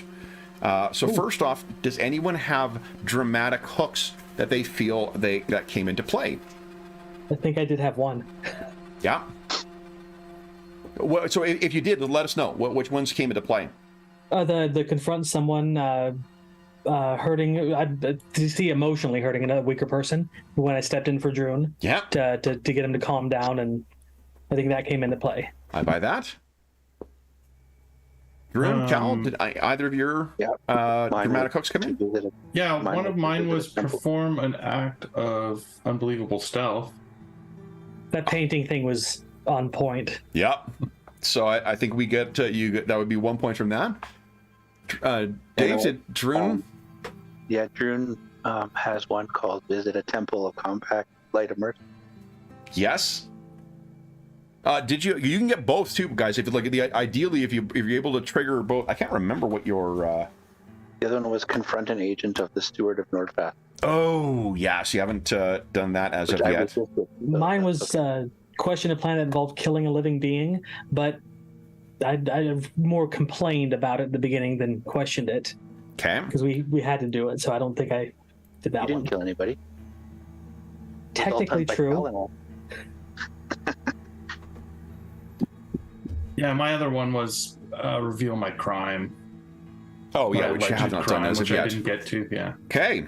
So then the questions we ask at the end of this session is, have we discovered anything new about the truth? The capital T. The oak and the ashes of the oaken tree. Something dark is happening in the nearby area, and the face that I saw with the guy that got kicked over looking at me, I think that triggered something too. Like it's even in the town now. Yep. I think. I buy So- that. Have we learned anything new about our characters? Yeah. And we didn't know anything about them before, but I think you guys also added a ton to that. So that's, I think, as well. And lastly, have we challenged ourselves? I think I would so. agree. I see a lot of none. Go ahead, John.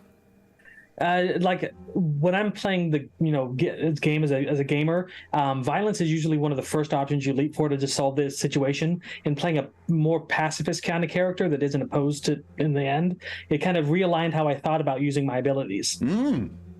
So I really got into the narrative once I just dug into it and just Yeah, I liked it. I think so. I buy that. Cal, Droon, have we challenged ourselves?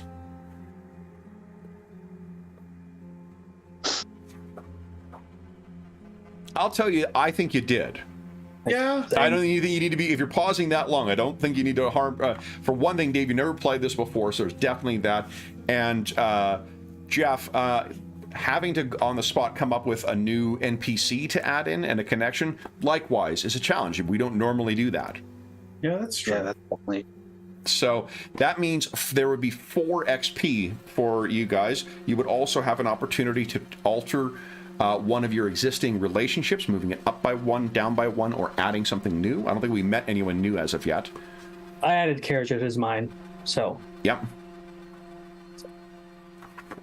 what can we do with 4 experience? Once you have 5, you were able to get an advancement. And advancements, if you go to the second page of your character sheet, near the bottom, you can choose either +1 to an active attribute. So one of the ones that is below, not the saving throws, or +1 to one of the passive ones, +1 to any attribute, selecting a new advantage, and then you got a number of times you can pick those things. Okay. So, yeah, so then that brings us to the end of the session. That's how much XP you would get for it. Guys, for those who played Kult the first time, what are your takeaways?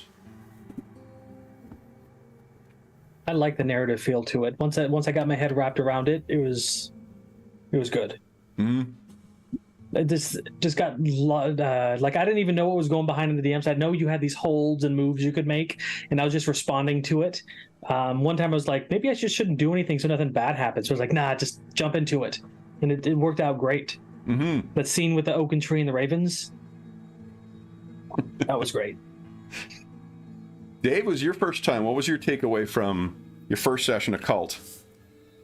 It was a ton of fun. Like that first bit of combat, these characters, like out of the box, felt like they had cool things to do and could be pretty badass.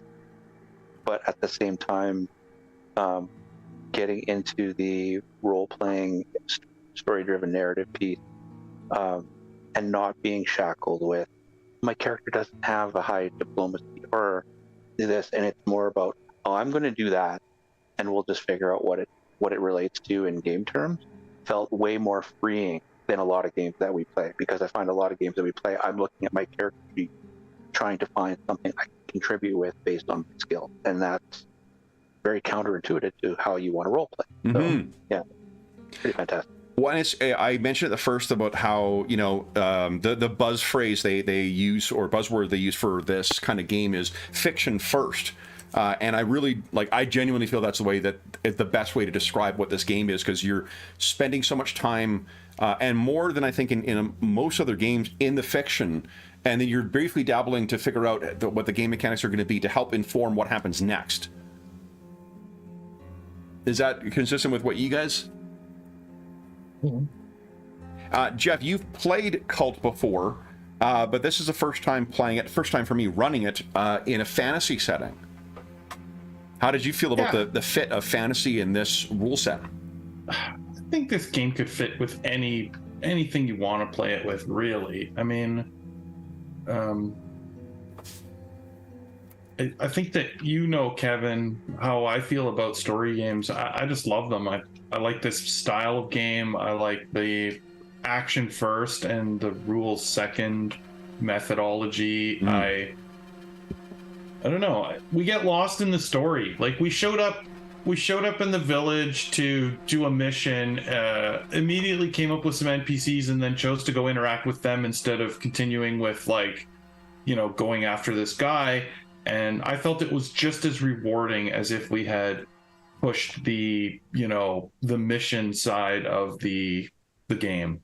Well, that's a neat thing with I think with the one of the strengths of the mechanics is that it really, you can still be playing the actual game. Like there's a game that's there that you can be interacting with and playing, and the story, as soon as we start thinking of it in terms of moves, things can change, or things can get much better or worse or whatever, and that's what you always want, is stuff to be happening. And it's very cool to see. I was very curious to see how the game would play as a fantasy thing, because I think it's natural to think of fantasy as combat, as a primary way of kind of resolving things, but like that. That felt like it was. There's still like lots of game going on there. You guys are making decisions about what edges or advantages to use and stuff like that. And it felt like there was peril as well, like when you almost got shot with a crossbow bolt, right? Oh yeah. But or torn apart by ravens. Yeah.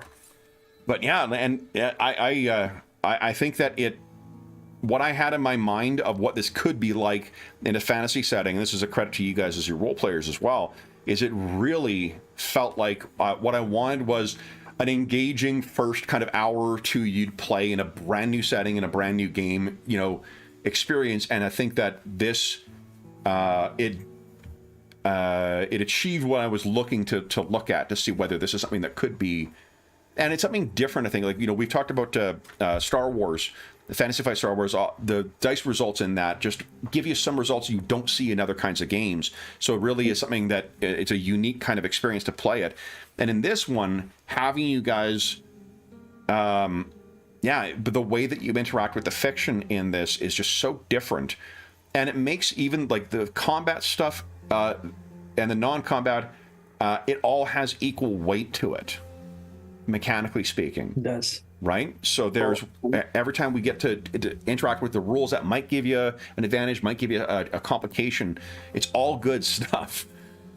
Yeah. Well, the way the story was generated through some role lends me to believe that this could be replayed. We could run this exact same scenario with 3 different characters, have a couple of different roles for NPCs and for our advantages, or have different skills and stuff. We would go through that first scenario with the Outriders, potentially completely different, and our entrance into the city also could have been completely different. Who we create as NPCs, vastly different. Yep. And so now we're playing an entirely different game, even though we're playing it again. And it just lends to that, like, this is not a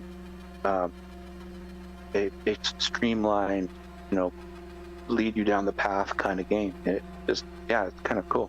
Mm-hmm.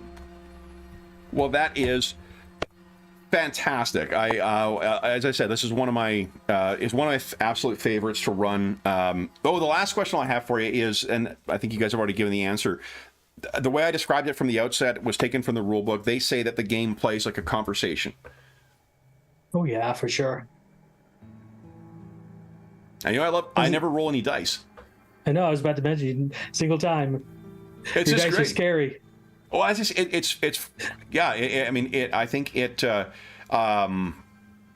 it's just so much more interesting when it's like the outcome of anything that is worth making a dice roll from is always on you guys and focused through your characters. Like it does a great job of making a very character focused adventure.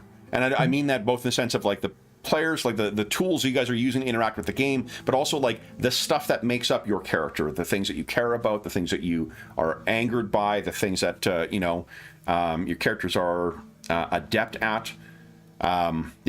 Fantastic. And thank you guys for letting me take this out for a test ride. You got something to say, Dave? Yeah, I was going to ask, what's the care gen like? Because you obviously created characters for us, and they're based off of Yes. kind of based off of our characters we played in other games. I love character gen, so I'm also interested. The only thing that is different, like for one thing, the fantasy aspect, the setting, the whatever else, I took some of the base assumptions of the Kult setting, which is a modern day Gnostic horror kind of setting, and I transferred them over into a dark fantasy kind of context. As I said, like there's nothing here that you could, everything else, the rules themselves are designed to play in a modern day setting. The mechanics, though, the only thing that we would change is that one you would not have one of the advantages you have. Otherwise, your characters are exactly the way they are. You also would have access to firearms because there's guns in Kult. But otherwise, no. Like, I came up with for longswords. I gave longswords a certain custom rule, but like the armor rules, the for the most part, the weapons are very similar to, or identical in some cases, to what they have before. All the advantages you guys have are all things directly from the core rulebook. So really, you would have one less advantage, but that's something you could have picked after you gained 5 XP and got an advancement. Something I liked was the disadvantages, like the Cursed and Stalker one. I looked at them initially as like, wow, I could give you so many different moves to mess with my character, and then how they were used in the narrative was like, oh, this is great, because the more you interact with them, the more the game interacts with you. Oh yeah, like and the disadvantages in the same way that like drawbacks, to a degree, the drawbacks are like they're intended to be a source of like fun for everyone. And because you're rolling for each of them too, it's great because it means that they're not always dominating the story. Like, if we play these characters again and we might have a scene where Cal's, drug addiction doesn't come in, your cursed thing doesn't come in, your other things, but Drune's nemesis suddenly looms large in that session. Then we'd introduce, something to do with the nemesis for that session, and it becomes a really dynamic like in this, which fits with every aspect of the game. Like everything is always a like, oh, that's interesting. Now I get to do something to try and make things interesting. And more often than not, we were talking during the break about soft moves and hard moves. More often than not, it's soft moves unless it's a combat related thing. So usually what you're doing is setting up consequences for the characters to deal with. So there's constantly kind of an intent. There's also a intent to kind of push things push the characters towards acting to do something as opposed to just inflicting penalties on them. Yeah. And it's a great example of how you don't need to have attrition to be to make for a really interesting and engaging combat scene. Right? Like you guys are absolute badasses, and yeah, you were able to take down almost all of them without difficulty, but Cal almost got shot too because of one bad dice roll. Mm-hmm. Yeah, I didn't even have to engage with the 5 living people. I just blasted 3 of the undead, so we all got to participate in combat. Yeah, that was pretty good. Yeah, and it's neat because it really, and we spend a fair bit of time talking about mechanics. So but I mean, God, by the second scene, you guys were already thinking in terms of your advantages. So like, oh, maybe I could use this, or maybe I could use this, right? So yeah, that's it. But so as far as the characters, these are very close to what you would play as starting characters in Kult. It would be a modern day thing, and like things you would pick, your dark secret you would pick, the degree to which you know about like Kult can be used to run a whole bunch of different kinds of horror games. Something that's where characters like, akin to Supernatural, where they're aware of what the supernatural are and they're hunting them actively and whatnot. You can run like X-Files. You can, like, my favorite way to run Kult is the kind of like wainscot horror of like slowly unveiling, go from the normal world into the weird. But this has shown me you could easily run something much wilder. Awesome. Any other last comments or questions about Kult? Nope. Other than I want to see session 2. No, it plays like more. When's the next session? Yeah. All right. Then with that, guys, we'll bring this session to a close. So, for those listening at home, thank you so much for joining us for Oak of Ashes, our trial run of using Kult Divinity Lost for fantasy. As is always the case, if you have any comments, questions, or concerns regarding the session, the game we're playing, or anything else about, I guess, Kult or the setting, please don't hesitate to leave a comment in the comment section down below, and I'll endeavor to reply in a timely fashion. There is also a link down below to the Dungeon Musings Discord server, where we've got channels dedicated to story games like Kult, and most other games we run on the channel, as well as a ton of other great channels for like finding a group, or learning about online conventions or in-person conventions, or there's just a terrific and knowledgeable and friendly group over there. You are more than welcome to join us. There is also a link down below to our friends at Noble Knight Games. Noble Knight Games is the preeminent unionized retailer of hard-to-find and out-of-print RPGs in North America. Not only do they have an unmatched selection of unmatched selection of new board games, card games, and role-playing games. They also have an unmatched selection of hard-to-find and out-of-print RPGs. If they do not have something in stock that you're looking for, you can often put it on a want list, and they will send you an email when it comes in. And if you do make a purchase of $10 or more through their website, be sure to enter the code SPRINGMUSER, all caps, all one word, although that's going to change in about 7 days. If you're listening to this after July 1st, be sure to come back and check one of our more recent videos, July 1st, 2023, that is, and you will find the updated discount code. If you enter that at checkout, you'll save yourself 10% in your purchase. There's also a link down below to something called Heroes Save Villages. That is the charity fundraising campaign that we run on the channel. It benefits the SOS Children's Villages International, really amazing organization active in over 130 countries, benefiting over 80,000 orphaned and abandoned children. All donations that go through that link go directly to SOS Children's Villages International. And if you donated $10 or more since June 1st, 2023, then you will be able to vote on our next charity sessions. Our charity sessions are all discussed on the Charity Initiatives channel of the Dungeon Musing Discord server. A link to that, again, is down below in the description of the video. If you head on over there, you can see if you donate $10 or more since June 1st, the next 3 charity sessions to wrap up our Year of Ill Omen campaign will be things that the donors will be voting on. So if you want to help shape those last couple of sessions, be sure to head on over. We've had 3 really fun sessions thus far from that have been shaped in terms of where we're playing, what time period, what game we're playing, and what kind of heroes we're playing. It's been a lot of fun so far. I look forward to seeing what the donors are going to select next. And if you donate $25 or more, then you get one chance to win the grand prize or one of the other great prizes in our next charity raffle. In end of year, I guess. End of year will be the next raffle. Last thing I will say is an enormous thank you to our stalwart cultists here.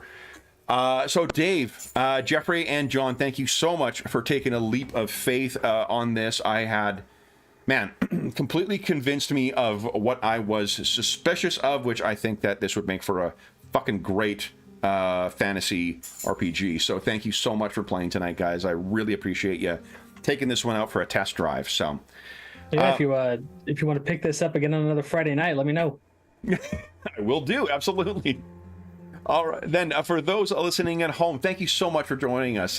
We hope that we gave you a couple of hours to take your mind off of the troubles of our world and think about the troubles that our heroes are uncovering in the world of the Oak of Ashes. And until we see you again, stay safe, stay healthy, and happy gaming. See ya.